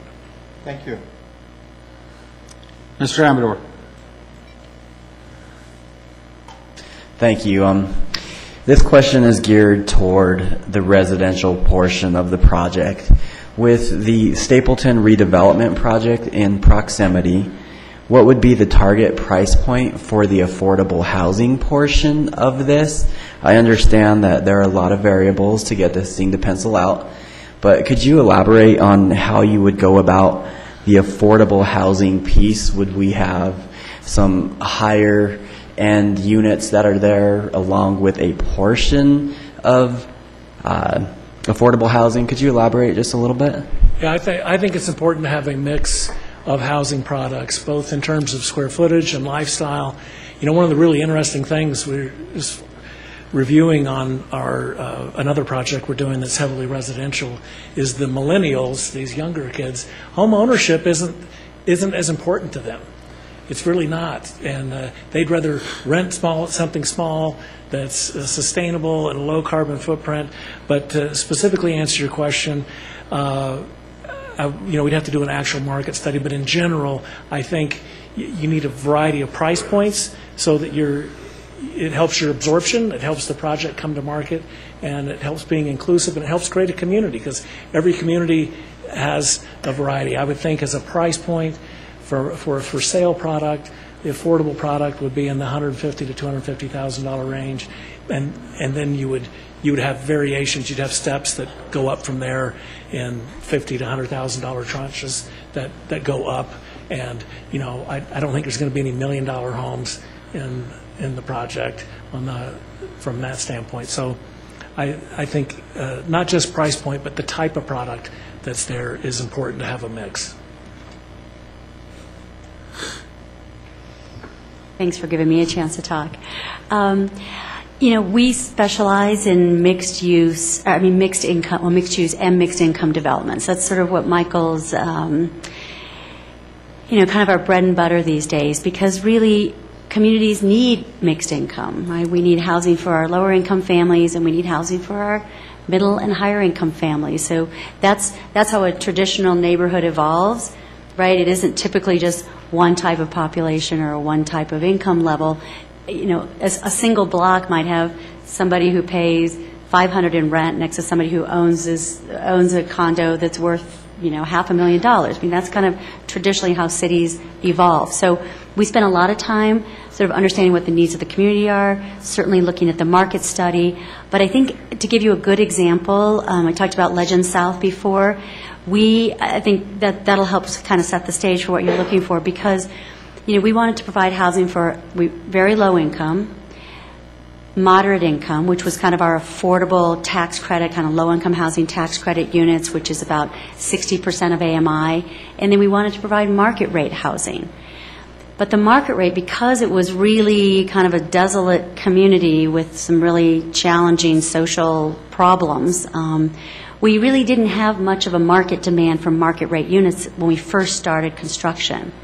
So our market rate rents at our initial first and probably second phase were around that 40 to 50% of AMI. So they were at about the same level as our tax credit affordable units. But we knew that as we continued to build the community, there would be more demand for market rate housing, and we could, because they were market rate and they had no subsidy tied to them, we would have the freedom to sort of increase the rents as the market grew and there was demand for market rate housing. So that's, we find that often in communities where it's a really, I think this isn't that same type of community. You already have a lot of amenities. You have commercial.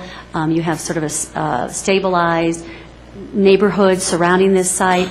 But those are the types of, intricate details that we look at when determining what the right mix is, what are the right rents, and how many, what's the real range of affordability within the development.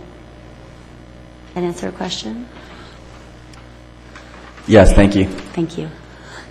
I don't see any other lights lit up right now, but I have a few questions that I would like to pose, especially since we're on the topic of housing and the fact that all of the neighborhoods surrounding this site are primarily owner-occupied, single-family type offerings. I understand the need for mix, and we talked about and heard both developers talk about the mix of having, different variables of housing within the area, the need for some affordable product in the area, and given the fact that Colorado is not really a good, right now, a good scenario for owner-occupied multifamily because of some of the laws that are in place, I would like to know what both developers feel would be a mix from tenant-occupied and owner-occupied for the overall site. As part of that mix, is it all envisioned in your minds to be tenant-occupied, and what percentage, if there's owner-occupied, what that would be, and if you envision any type of owner-occupied multifamily units available on the site as well. So if you wouldn't mind answering that one for me. Okay. I think that in general, my guesstimate would be it would be 50-50. 50% owner-occupied, 50% for rent. I don't see a multifamily condo in the near future for sale because of the highly litigious. You can't find a builder to build them. Right. Right. It's very tough right now. But again, coming back to this concept of the new millennials, they want to rent. They actually want to rent. And we just came back. I just flew in today from Los Angeles. I had a meeting with the Bosch Corporation, and they have a huge division on electric vehicle charging stations, and they're going to come and we're going to partner with some of the electric vehicle manufacturers and charging stations and have those in the community. And this is what the millennials want. And they would rather rent and buy an electric vehicle than own a big mansion and drive an SUV. So it's changing. So it's, again, going to be subject to market rates. And I think another very important component in the blend of uses from a residential standpoint will be senior housing here. We were very impressed with, as you drive around the immediate contiguous residential community, it's obvious the homes are old, but they're in good repair, the yards are nice, very few for sale signs. Very few for sale signs. And as the community ages in place, there becomes a need for my father's 90, my father-in-law is 96, so there's a need for assisted living and senior housing component, and we have 3 senior housing projects we're developing right now, and that's another really important component to bring into the mix of uses to create that sense of community. Thank you.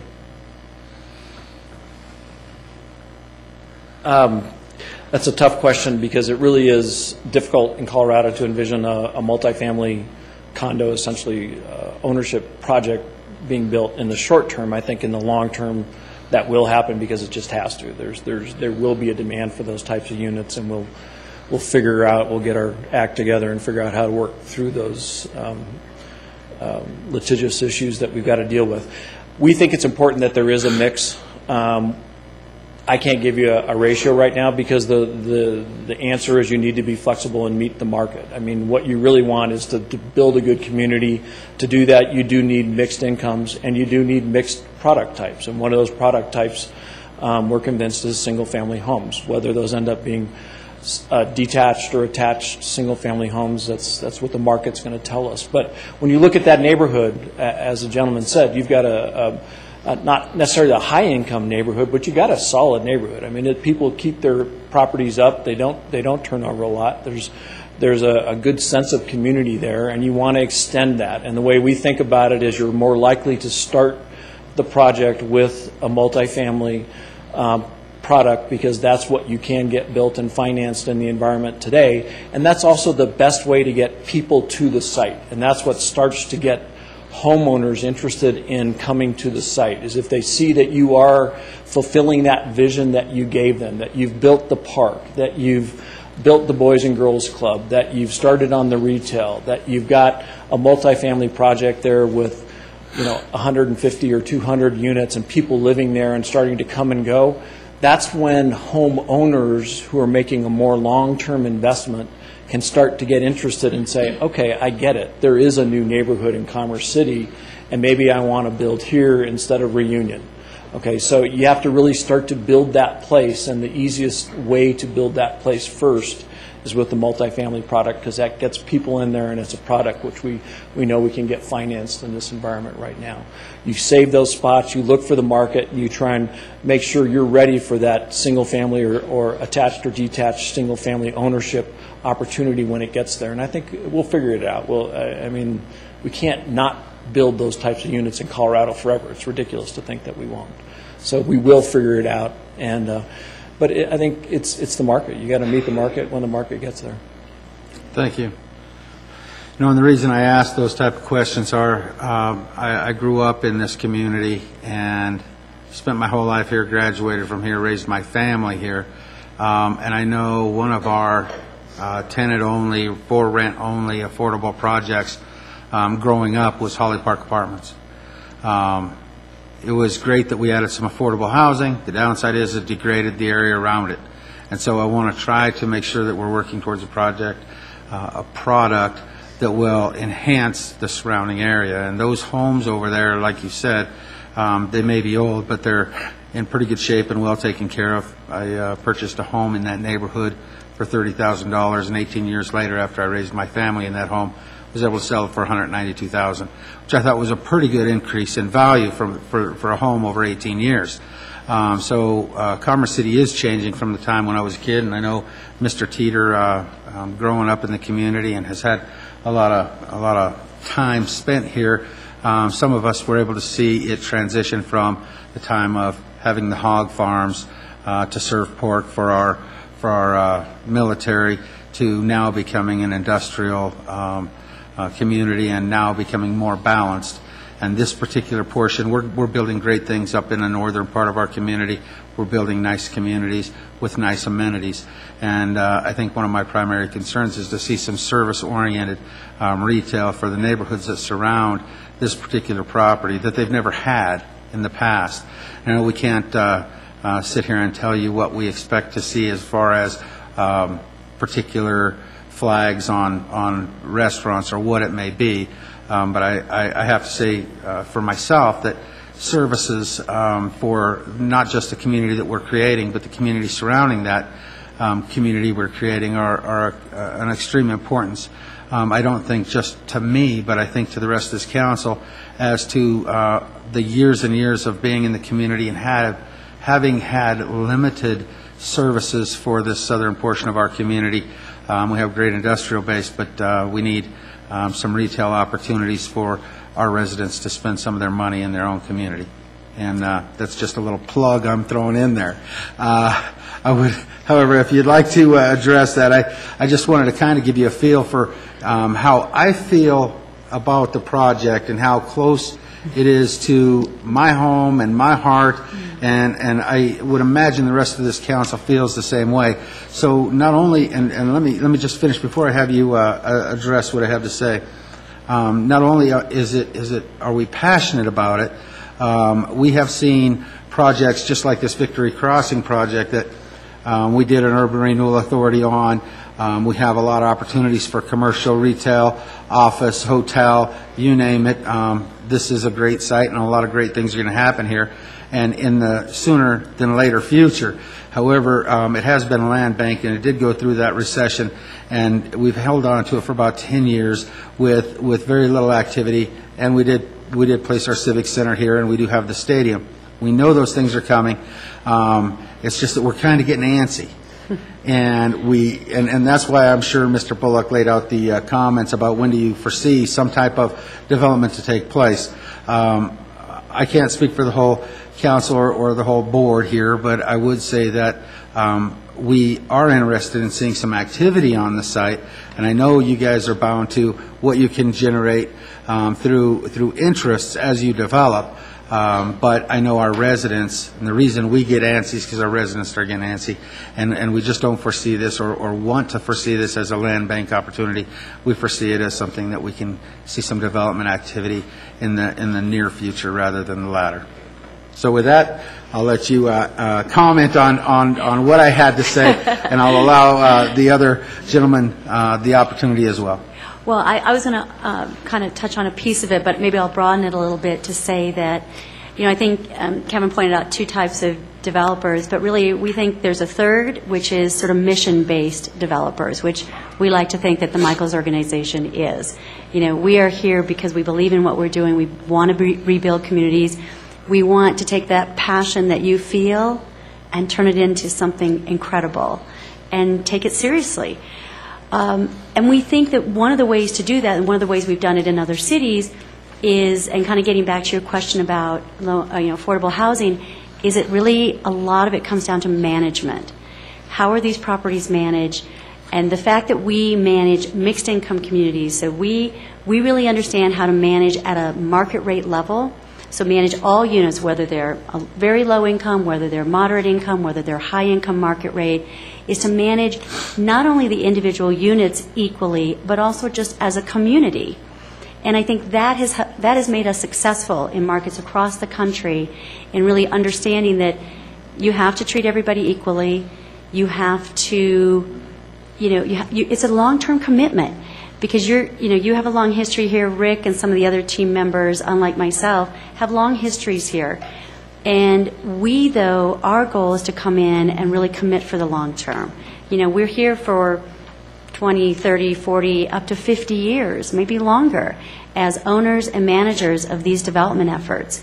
And that means we take how you feel and we sort of internalize it, because this is our it becomes our community too, and we become part of the community, and we want families to feel that we're here for them. We want residents to understand that we're not here to tell them how to do it. We don't come in with a cookie-cutter plan. We really come in and understand what the needs are, everything that you just described, and that's where we start. That's where we start thinking, planning, and visualizing and visioning of what this site can be. So I just kind of wanted to touch on that. Rick may want to wrap up with something else, but we'll give Kevin. Yeah, I really just kind of wanted to give you my perspective and give you a feel for where I'm coming from and what our desires are, and the fact that time is an issue for us. We'd like to see some activity. We know you don't hold all those cards and determine when something's going to happen or not happen, because there's other things that come into play. but it is of importance to us to try. The residents, and just before I allow you, the residents of this community watched us spend $6.5 million to make an investment to improve their quality of life. And that's been a couple of years now, and I know they're interested in seeing what and when are we going to start seeing some return on that investment of our tax dollars. So that's why we're passionate about it. Sir, I'll allow you to comment in any way you like on what I had to say. Thank you. I have done a lot of redevelopment through my career in areas that were trying to change their image and rise above what it has been. And it's very fulfilling as a developer and a community to see your investment pay off and to change the course going forward. Early in my career, I served both for Orange County, Florida, and the state of Florida on their affordable housing task forces. And we decided to create a single-family detached home that had, we weren't the only one developing that product, but we decided to not do a Me Too product. When you went into all of our competitors, they had linoleum flooring at the entryway and in the bathrooms. We did tile. They had flat ceilings. We did volume ceilings with plant ledges. And I'll never forget my first project. I stayed up all night telling my wife, what am I doing? We had 76 lots that was literally next to a junkyard. It was a junkyard of smashed, wrecked automobiles, stacked about, each stack was 10 feet high. And I just signed personally on this loan, and nobody's going to buy one of these houses. We sold 76 houses in 9 months. And the people still, we gave great thought to our elevations, and they have maintained the community at the level it was handed off to them. And you have to be part of the community. That community happened to be a highly Hispanic area. And at that point in time in our society and in Florida, they weren't always treated with as much dignity and respect as they should have. And we just embraced them and treated them with respect. And we got so many referrals. When we sold a house, we got their cousin, their uncle, their brother-in-law. It was the greatest thing ever. And the one thing I didn't mention, even though it is in our package and our submittal, my youngest son and his wife are both totally fluent in Spanish. And should we be have the opportunity to work on this project, we're going to have them be here and live in the community and be part of the community outreach. And I agree with your point on the services for the community that's already here. And the last thing I want to touch on, even though it was on a slide, but I think there's, in all likelihood, we should be able to do a hotel here. The Woodbury's own operate 10 hotels, and with the Dick's Sporting Goods Park. And let me say, the city's done a great job in all of your infrastructure, all of your community things that you've done. You have bent the twig, and so now the tree's got to grow. You've done a great job with it, and I think that the right flag hotel at the right price point, the right number of rooms, would be a great use because of the heavy traffic count on 85. Great. I probably said too much there. So. No, that's fine. Thank you. I have one question. No problem. I got you, Jim. Has there anybody on the board of directors that hasn't had an opportunity to ask some questions yet that has a desire? Mr. McElhenney, do you have a comment? Yes. Question? Go ahead. I want to thank both teams for your presentations tonight. Obviously, lots of thought and care into what you've brought forward. As you've heard from my colleagues, obviously a lot of passion about the potential here and making sure that this is done right. I'm not truly native son, but grew up coming to this community. I had an uncle who had a beef, Gold Star beef over in the Sand Creek Industrial Park as a kid. So my view of Commerce City as a kid was coming in off of I-70, I-76, and getting off on Sand Creek and going to visit my uncle's property. Had an uncle who retired on the refuge. So I know, and having now been on council for 6.5 years, how deep and how passionate folks are about making sure this is done right. When I have this Google map printout of this area that I stare at and just try and envision what's possible, right? Where could this go? And I think each of each of the presentations tonight have hinted at some of that potential, and obviously this is still so early and still conceptual, it's hard to see what will really come of it. But the piece that concerns me greatest in terms of really making it pop is that access. And obviously we heard about some of the difficulties with 85, et cetera, but I'm really looking for some creativity in how we solve that, because if every bit of traffic has to come down Parkway Drive to 6 and 85, it's a killer, right? I mean, we have retail that exists in that triangle right now today, and it's not thriving. And it's closer to that intersection than everything that would be on this site. I understand, and we've heard the comments tonight about wanting to bring more services to the people that live here today, but to me, we have to diversify that community in order to bring more to the community. So, Stapleton is a great example.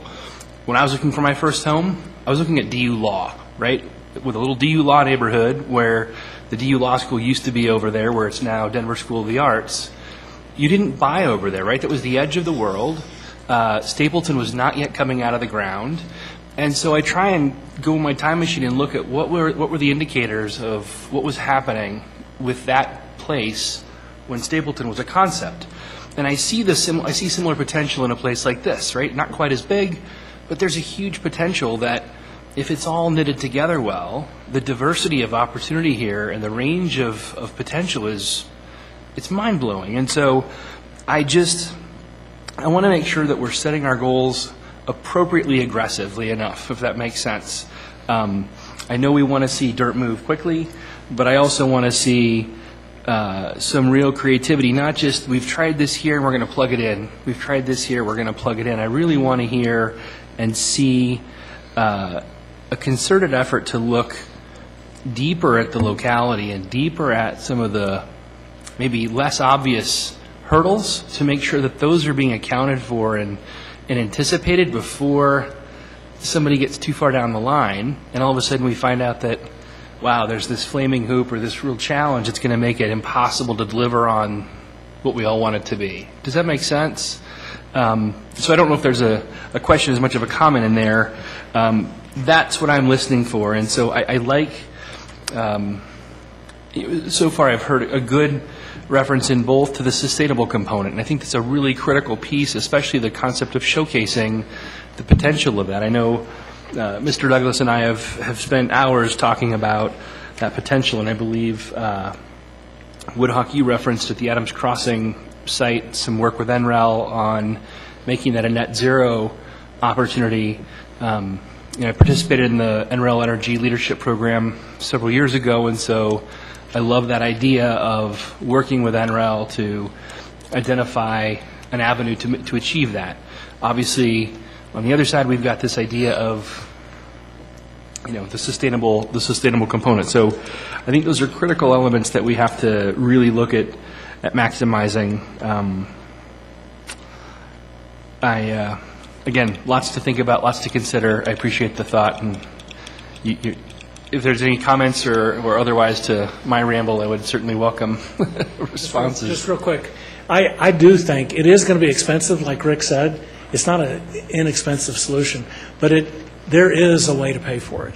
Through the URA, through 65 acres, you can capture those tax increments, you can sell bonds, and we've already had Mike Rocha, our traffic engineer, look at a single lane loop over that would come in, and I think you can do it. So it's going to require some study, and we have executed an agreement with NREL that is going to bring a lot of their expertise to make it available to us. So, thanks. Okay, thank you. Good evening. I'm Rich Fonberty. I'm the architect with R&L, and I'd like to just make a couple comments on the sustainability side of it, and then maybe we might get back to the access piece, because obviously those are two very distinct parts. Our firm did the master plan for the National Renewable Energy Lab, and we're currently working on the St. Anthony redevelopment on really a new model for sustainable landscape. We're looking at water reclamation. We're looking at on-site energy production. We're looking at new and creative ideas for sustainable dwellings to go lead ND on the property as well as on the buildings. We also did Horizon Uptown, which is a model 500-acre community that has been planned in Aurora, and we're currently engaging in 4 to 5 major net zero or sustainable communities around the country. I think it's a given in today's world that every new community, especially on a site like this, has to be founded on what I would call grassroots sustainability, not after the fact sustainability where we use some materials to maybe get LEED standards on the buildings, but I'm talking about a community that really is driven. Everything from transportation and car sharing and bicycle access to energy and water and the buildings themselves. So we would look to LEED ND. It's a perfect site for LEED ND. It's also a perfect site for every project on the project to get at least LEED Gold. And that can be done in today's world without extensive investment over and above what the market will bear. And so I guess our mantra in every project that we're undertaking is start at the ground and put that sustainability into the project from day one. Thank you for that. Now for my board, have another one. Sorry, just one quick comment in regards to, I'm Megan Turner with Kimley Horn and Associates as part of the Regen team, civil engineering, traffic and transportation engineers as well. To speak to the point of access. Access is always essential. How do you get people to the place? Like Rick said, there's not an easy answer. There's not necessarily a cheap answer, but what you're asking for is creative solutions and creative thoughts to at least bring to the table, see if we can put them to fruition. Mm-hmm. We've worked with CDOT, we've worked with Commerce City, we've worked with these partners to kind of come up with solutions. One specific example where we kind of took a little bit of a creative solution where we weren't really sure how to make things functionally and financially work is in Gateway Park. We did basically the majority of the infrastructure from just a roadway drainage perspective. As you all know, the East Rail is going up that corridor. What we have now is 40th Avenue is lowered. The initial thought was having the rail go above. The financial feasibility of that was not very good. So what we realized was that from a grading, drainage, and engineering perspective, it's going to be actually more economically feasible to lower the roadway. Drainage can still work, and we made that happen, especially with all these large flood events over the last quarter last year. So those are the types of solutions that we'll try to put into play. There's grade challenges, there's rail challenges, there's a number of challenges Rick spoke to. We'll try to address those, but we also want to be practical and honest with, maybe the cost of that isn't going to bring the necessary volume to the site that we would hope it would, and maybe it's not financially feasible, but we want to work through that solution with yourselves, with the community, and with the overall place that we're making. So. Thank you for that extra context. Appreciate it. Thank you. Now I need to tell the board that my little control box up here isn't bringing up everybody's names and letting me know when you want to speak. I'm glad Mr. Douglas was holding up his hand because I had no idea. So if there is anybody on the board that hasn't had an opportunity to engage and would like to, please let me know before I move on to taking some questions and comments from those who have already had some discussion. So is there anybody that hasn't had an opportunity to engage that would like to at this point in time? Then I'm going to go back to Councilwoman or Board Member Carson. Boardwoman. There, it's on. There you go. Boardwoman. A lot of the questions I had here have been addressed with the mixed income housing, price leveling. And there was some talk about senior housing, which actually I'm quite concerned with senior housing. I don't think we keep up enough. We say we're a quality community for a lifetime. Well, if it's for a lifetime, we need to provide for that lifetime. So if anybody wants to enhance upon that senior housing and what that would look like, that would be great. The next piece is can we do a little more talk about this educational piece that we would like to see into this site, whether it's some kind of a higher educational campus or a training facility. I know there was quite a bit of examples in here of what this training facility could be and what it could look like. You've sparked my interest here, so I'd like to know some more. And it is very important to me that was part of our concept plan, was we would like to see some form of furthering an education, whether that's in trades or whether it's college or whatever, but I would still like to see that put out there. And I think that is, and then if you just want to speak at all, even of the diversity of Commerce City, because it is very diverse here. I don't know if that, to me, that's one of the things I love living here for. I don't know if that's a challenge when you're into the development world, if that causes any problems, or, like I said, I just embrace it. I think most of us, that's one of the reasons we like living here. So if you want to just touch on those pieces, that'd be great. Thank you for your very thoughtful questions. I really appreciate the tenor of them, and I think what both teams have been saying is that there is a historical richness of diversity here, that while there's this intention to bring it up, there's also an intention to embrace it, to make sure that it isn't exchanged for everything else that you think it may be. And I think if you keep that guiding principle, is how do you provide opportunity for people who are still here, who want to stay here, and have their generational input here, so it's their children, their grandchildren who may not want to leave Commerce City, especially as new opportunities come their way, and at the same time attract new people to the community, because that base of support is still needed as well.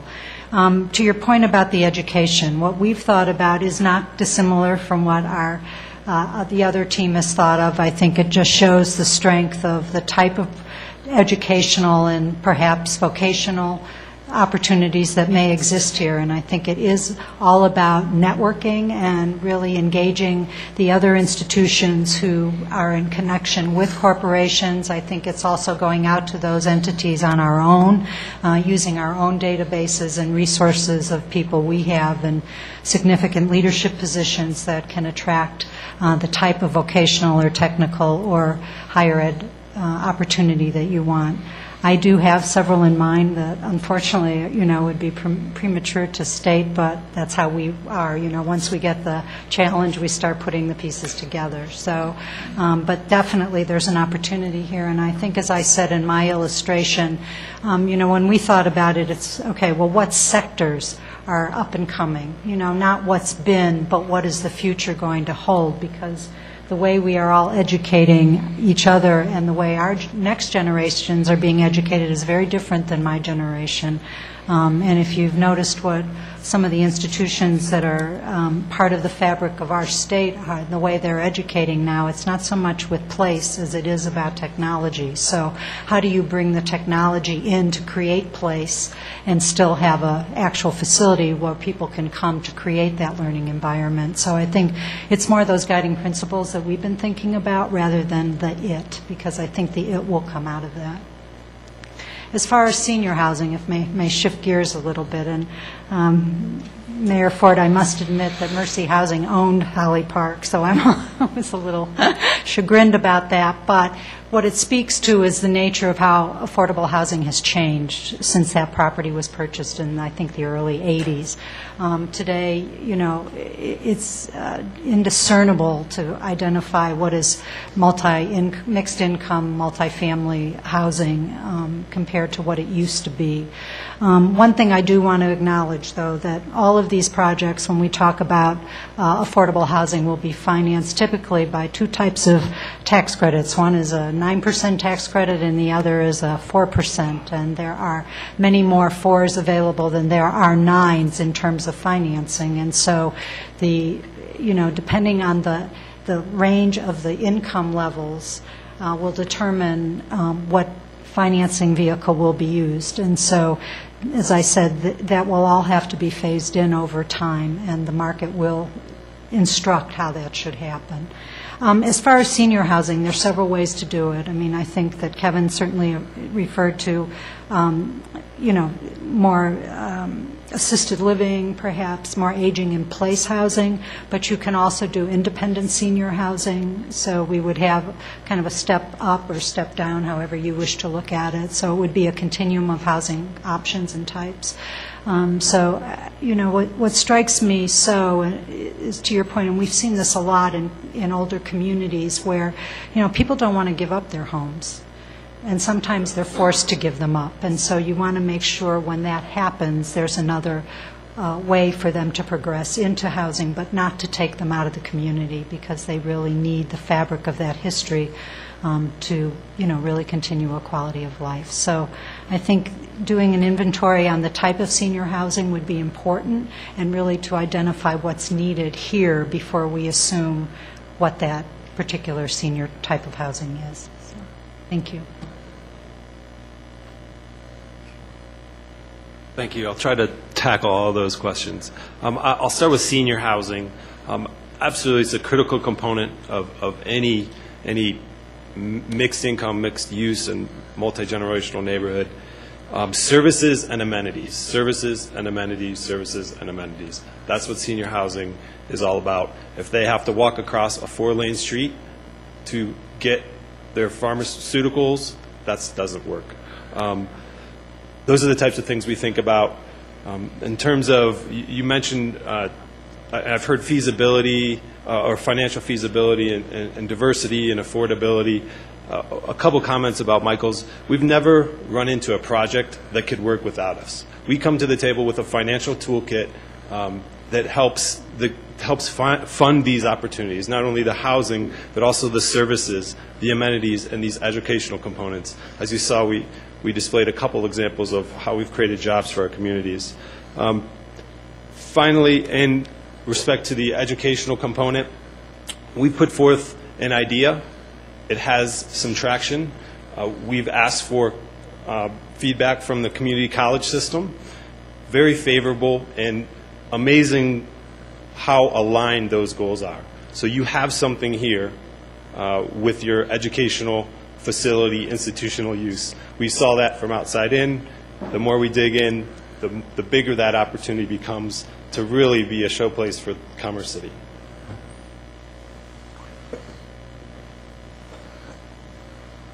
One brief comment on diversity. As all of you know, 48% of your population in Commerce City is Hispanic, the largest growing population in America. 1 out of every 2 kids born today is Hispanic. And more importantly, 1 out of every 4 teenagers today is Hispanic. So at Prime Store, which is a certified minority business, and having created the Hispanic Markets Initiative at ICSC, our job is to really educate the tenant community on the true power of the Hispanic demographic, which is rather amazing. I think also it's not about creating a Hispanic center. It's about creating an inclusionary center. No one can be excluded from the process. However, there are a couple amazing bullet points that we do speak with the tenant community that they're very, very excited about. And that primarily that is all our company does, is work in these type of communities. Mr. Hawkins, the quote that you had said, the slogan about the tree was beautiful. In Spanish we say, el árbol que nace torcido jamás en su vida endurece, which means the tree that is born crooked, never in its life will it straighten. So totally get what you were saying. So, gracias. Thank you. We'll move on to Board Member Benson. This question might have been answered since I punched my button back. It concerns the issue of gentrification. And I've heard the issue raised that, well, if we do this development, the housing for 2 or 3 blocks in all directions is going to go up in value. The property taxes are going to go up in value, and since the people living there are on fixed incomes, they won't be able to afford their property tax, so they're going to have to move out. I don't know that I buy into that argument completely, because it's kind of like saying, I don't want to make $10 million this year because I'll have to pay $3 million in income tax. But and I've heard some things about senior housing, affordable housing. Is there anything else that any of you have to add to that? Because it is a real problem. I think the property around this development is going to go up in value, and that's going to cause property taxes to rise. And there are people that are just on fixed incomes, some pension, Social Security, whatever, and an increase of maybe $1,000 a year could make a big difference in their lifestyle. Do you have anything else to add to that on the issue of gentrification?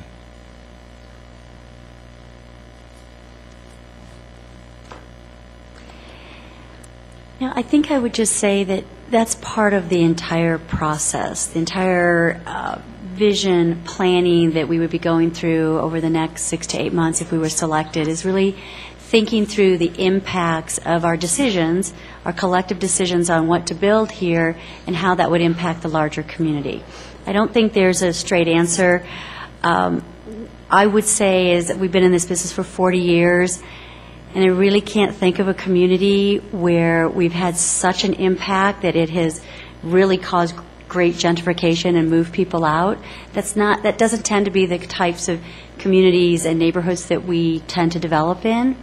So I think it's just part of a thoughtful process, understanding, where the residents are, where the larger community is, what their needs are, what would happen if we did scenario A, what happens if we build scenario B and C, and really understand those impacts. Maybe there's precedent somewhere else in the city. We want to look at those ideas and those strategies of what other developers in the area took into consideration when making those decisions. But I don't think at this point in time there's a solid answer. I certainly don't feel that what we would be planning to build here, and we don't know what we're going to build, but we certainly talked about a lot of ideas and had a lot of feedback on things that may be expected, that we take all of that into consideration in thinking through just how it impacts those individuals. And I think that kind of comes back to the senior housing and sort of the continuum of life in a community, and understanding that folks who may own their house now, they may not be able to take care of it much longer, and they may want to pass it on to somebody else in their family. They may want to sell, and they really are looking for sort of a low-maintenance, easy place to live. Condos are a great option for some families. Rental housing is another option. So those are all the individual pieces that's part of that puzzle. We showed 6 pieces, but it's really probably 200 pieces that we have to take into consideration, and getting feedback from folks like you who understand the community, who know the residents. That's what we come together as a team to really evaluate and make the right decision for this community. I think my concern was that this issue be given a lot of consideration, because I think it is going to be real if this project goes the way that we all hope that it's going to go.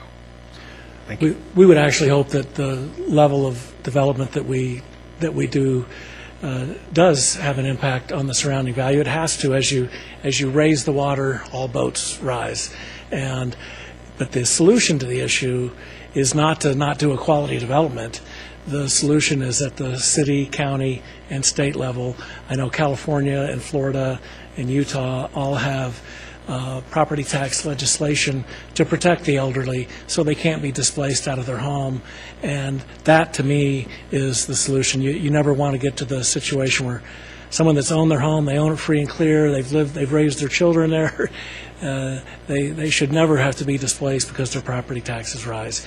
And it's not a developer solution, it's a political solution.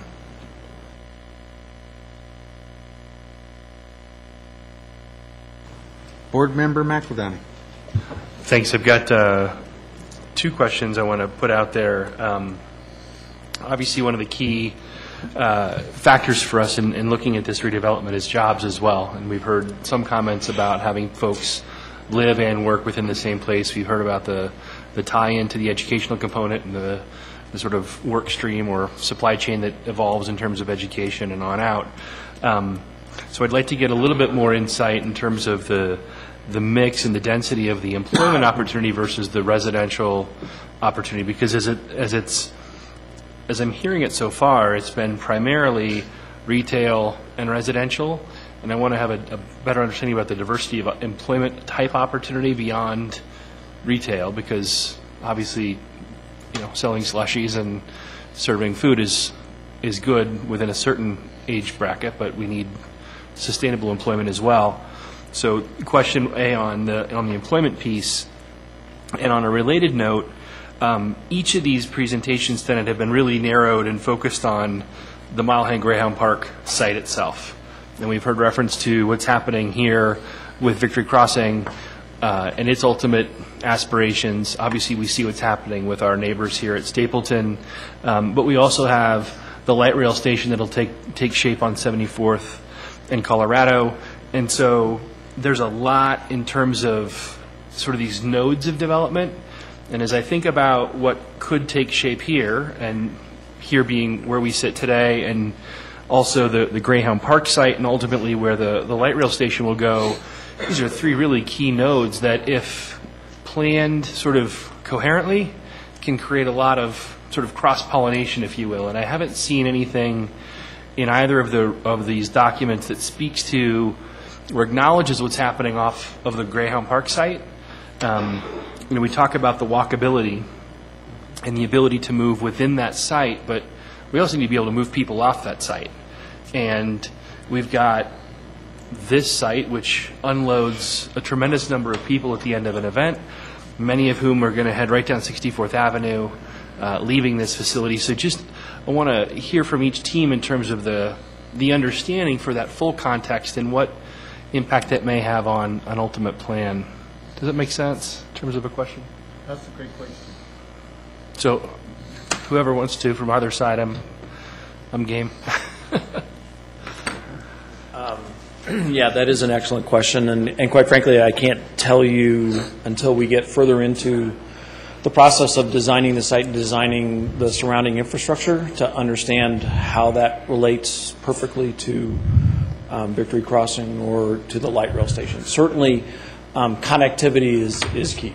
I mean, you can't build this community in isolation. Neither can it live healthily in isolation from its environment. So it's getting this community connected to the rest of the community, whether that be through a bike path, an improvement in road infrastructure, or ultimately perhaps a circulator bus or something that takes you to a light rail station. Those are solutions that come with the community building part of this. I mean, you really have to know what you're going to do or what your idea is here, and then look around and say, okay, how do we connect this community physically to our environment and ideologically? You want people to want to come here.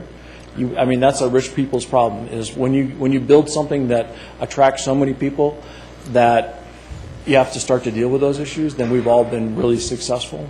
And to the point where, since you are an urban renewal area and you will have the opportunity to reap some sales tax and property tax from this site for an extended period of time, that's where you start to go look for those opportunities. That's where you say, okay, this has been successful. We do need to address some of these connectivity issues.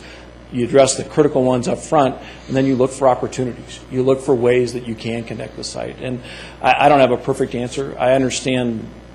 The good news is when you get to that point, you've been successful, and you'll have the opportunity using the urban renewal tools to start to address some of those. But I can't say I've got the answer to it. Sure. I do recognize it's a critical issue that we will address in the planning process. Thank you. Mm-hmm.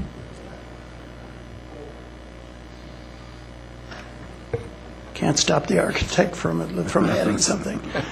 So much of our suburban development over the last 50 years has been really subdivision driven. It's super block, everything from shopping malls to isolated development that really isn't mixed or doesn't bring together people.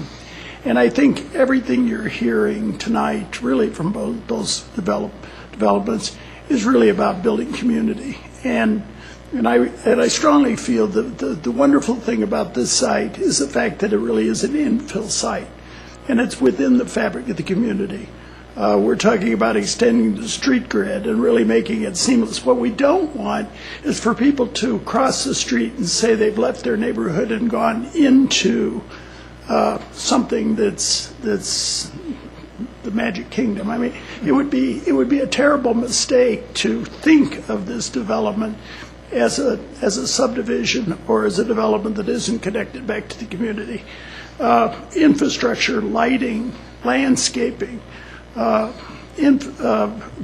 nature of the pedestrian ways are all ways. And one of the things that I take great pride in is, and I use St. Anthony's, is a 9-block area integrated where the old St. Anthony's Hospital is we just got unanimous approval on our GDP. And it's all about knitting it back into the community, creating a fabric, but also at the same time creating a brand new place that really raises the community up and gives that community an identity they simply didn't have before. So I think it's a combination of the two. It's knitting it back in, but it's also creating that new identity that simply didn't exist previously. Thank you.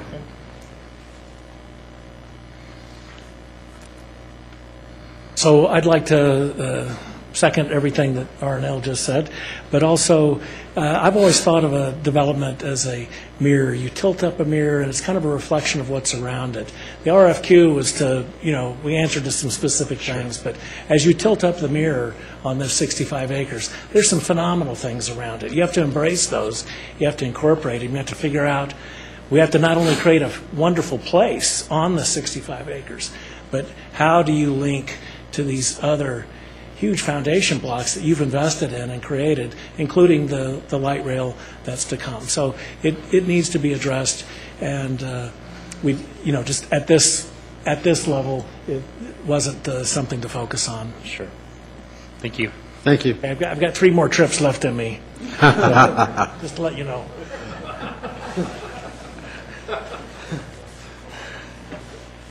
All right. Is there anyone else before we start having a discussion about where we go from here? Seeing no one else now, I'll go back to my board of directors as to the direction that the board of directors would like to go. We have 2 very qualified development companies here before us. Jim, are you going to try to stop me? No, I was going to help guide the discussion if I could. If that'd be all right, Mr. Mayor. That would be all right. All right. I just think it's important that we recognize both companies. I mean, you met the goals of the RFQ, and we're glad to have you here to help us to groom this piece of property. But as to where we go from here, the board of directors has the opportunity to, number one, we can select a developer at this point in time. Number 2, you can gather more information and make a decision on, is it the 3rd, March 3rd? March 17th. March 17th. So I really need to hear from the directors as to what you feel comfortable with tonight moving forward. Now, Jim, would you like to... I just thought maybe I had it down and you were just walking away. But you absolutely had it down. So right. I just threw the slide up. That's exactly what you just said. So thank you. Yeah, I didn't even read it, but that's where I think we're at. So I'm interested to hear from the directors at this time. Mr. Bullock.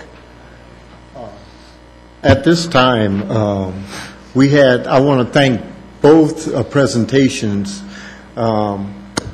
It was absolutely wonderful to me because not only did you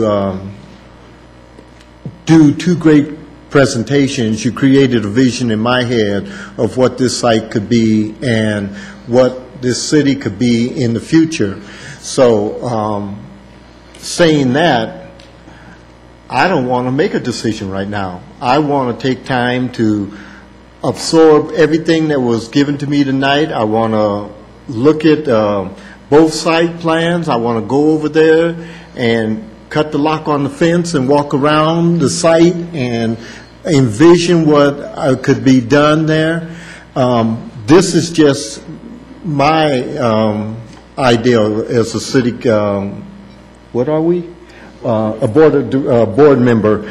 But I don't know how the rest of the board feels, but at this present point in time, with all the information I've received, it would be doing an injustice to both presentations for me to make any kind of decision tonight.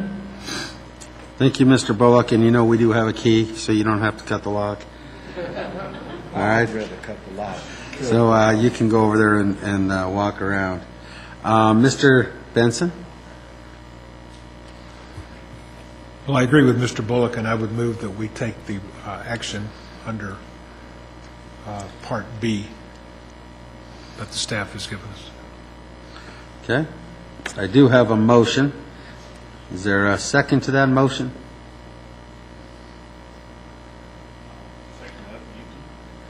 All right. I have, Mr. Teeter seconds the motion. Now, is there discussion before moving forward? Mr. Douglas. Yes, thank you from both teams for your presentation.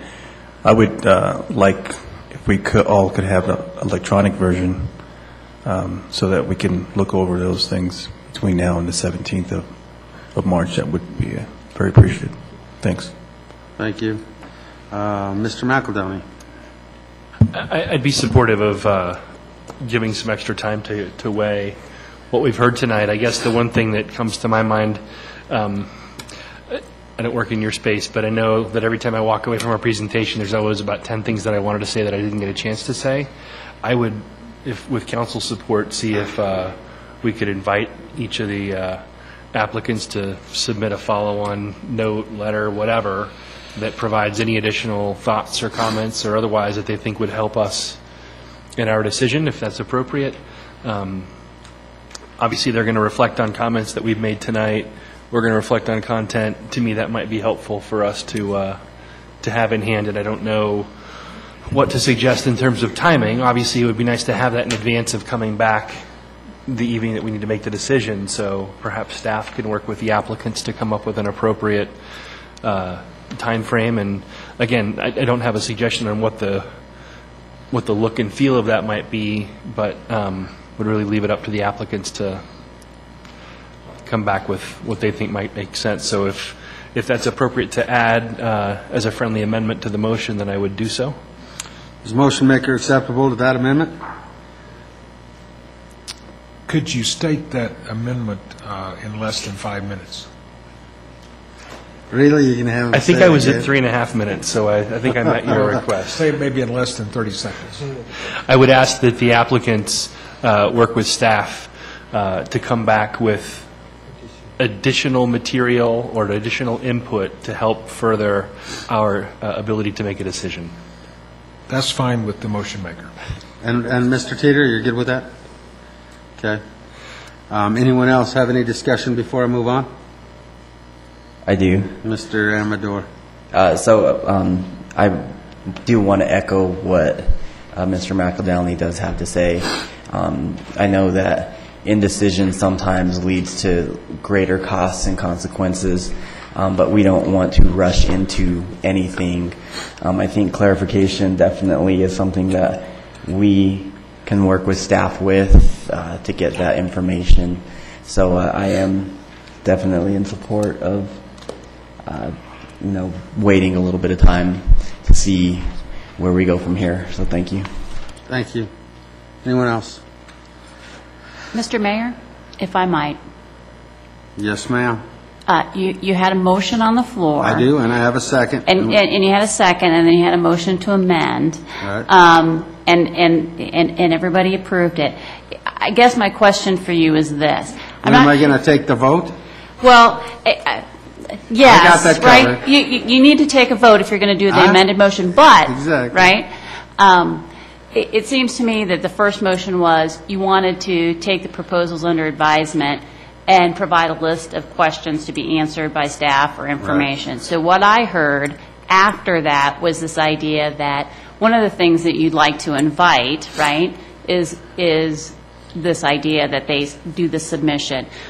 Councilman Douglas indicated that he would like to see an electronic version of the presentations to be able to kind of ruminate on this for further. So I guess what I'm saying is I don't think that you need to amend the motion necessarily. You're just specifying what it is that you would like to see provided so that you can come back on the 17th to consider it. So I would agree with that. Okay. And I always go last, so again, thank you very much. I will be supportive of the motion that's on the floor.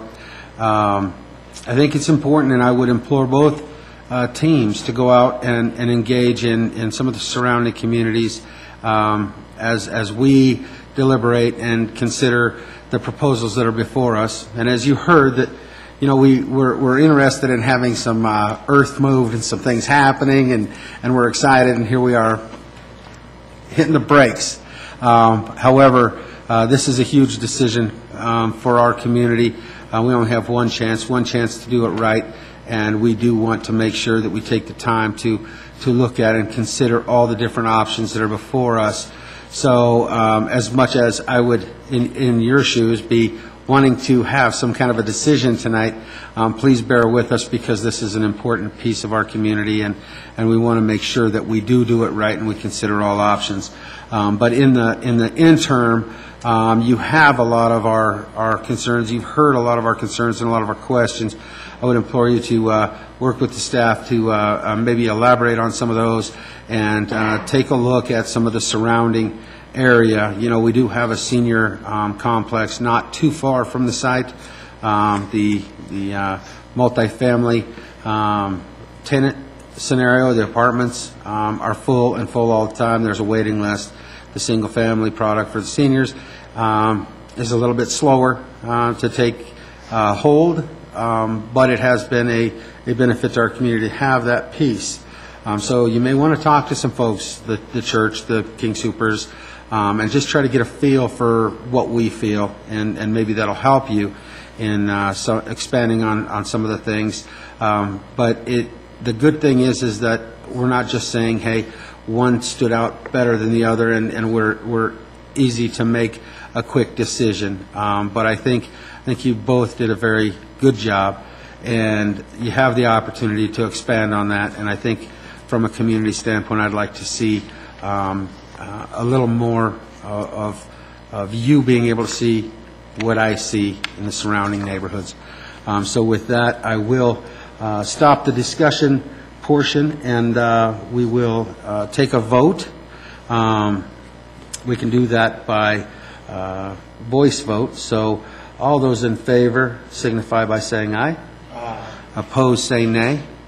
Motion is carried. The Board of Directors has unanimously decided to allow you the opportunity to expand on the comments and questions that were posed this evening, and we look forward to that, and we will pursue a decision-making at the March 17th meeting, and look forward to seeing some of you, if not all of you, back. And I know some of you may be out of state and have colleagues that will be sitting in to help elaborate on some of the comments or questions. But I thank you all for your time. This is a big deal for our community. It's a big deal for us, and it's a big deal for you all. And so we just want to make sure we handle it in a significant manner that is beneficial for our community. So thank you very much. Thank you. Now, to staff, do we have any further business to take up as the Urban Renewal Authority this evening? No, sir. Then, if there be no further business to come before the Urban Renewal Authority, we are adjourned.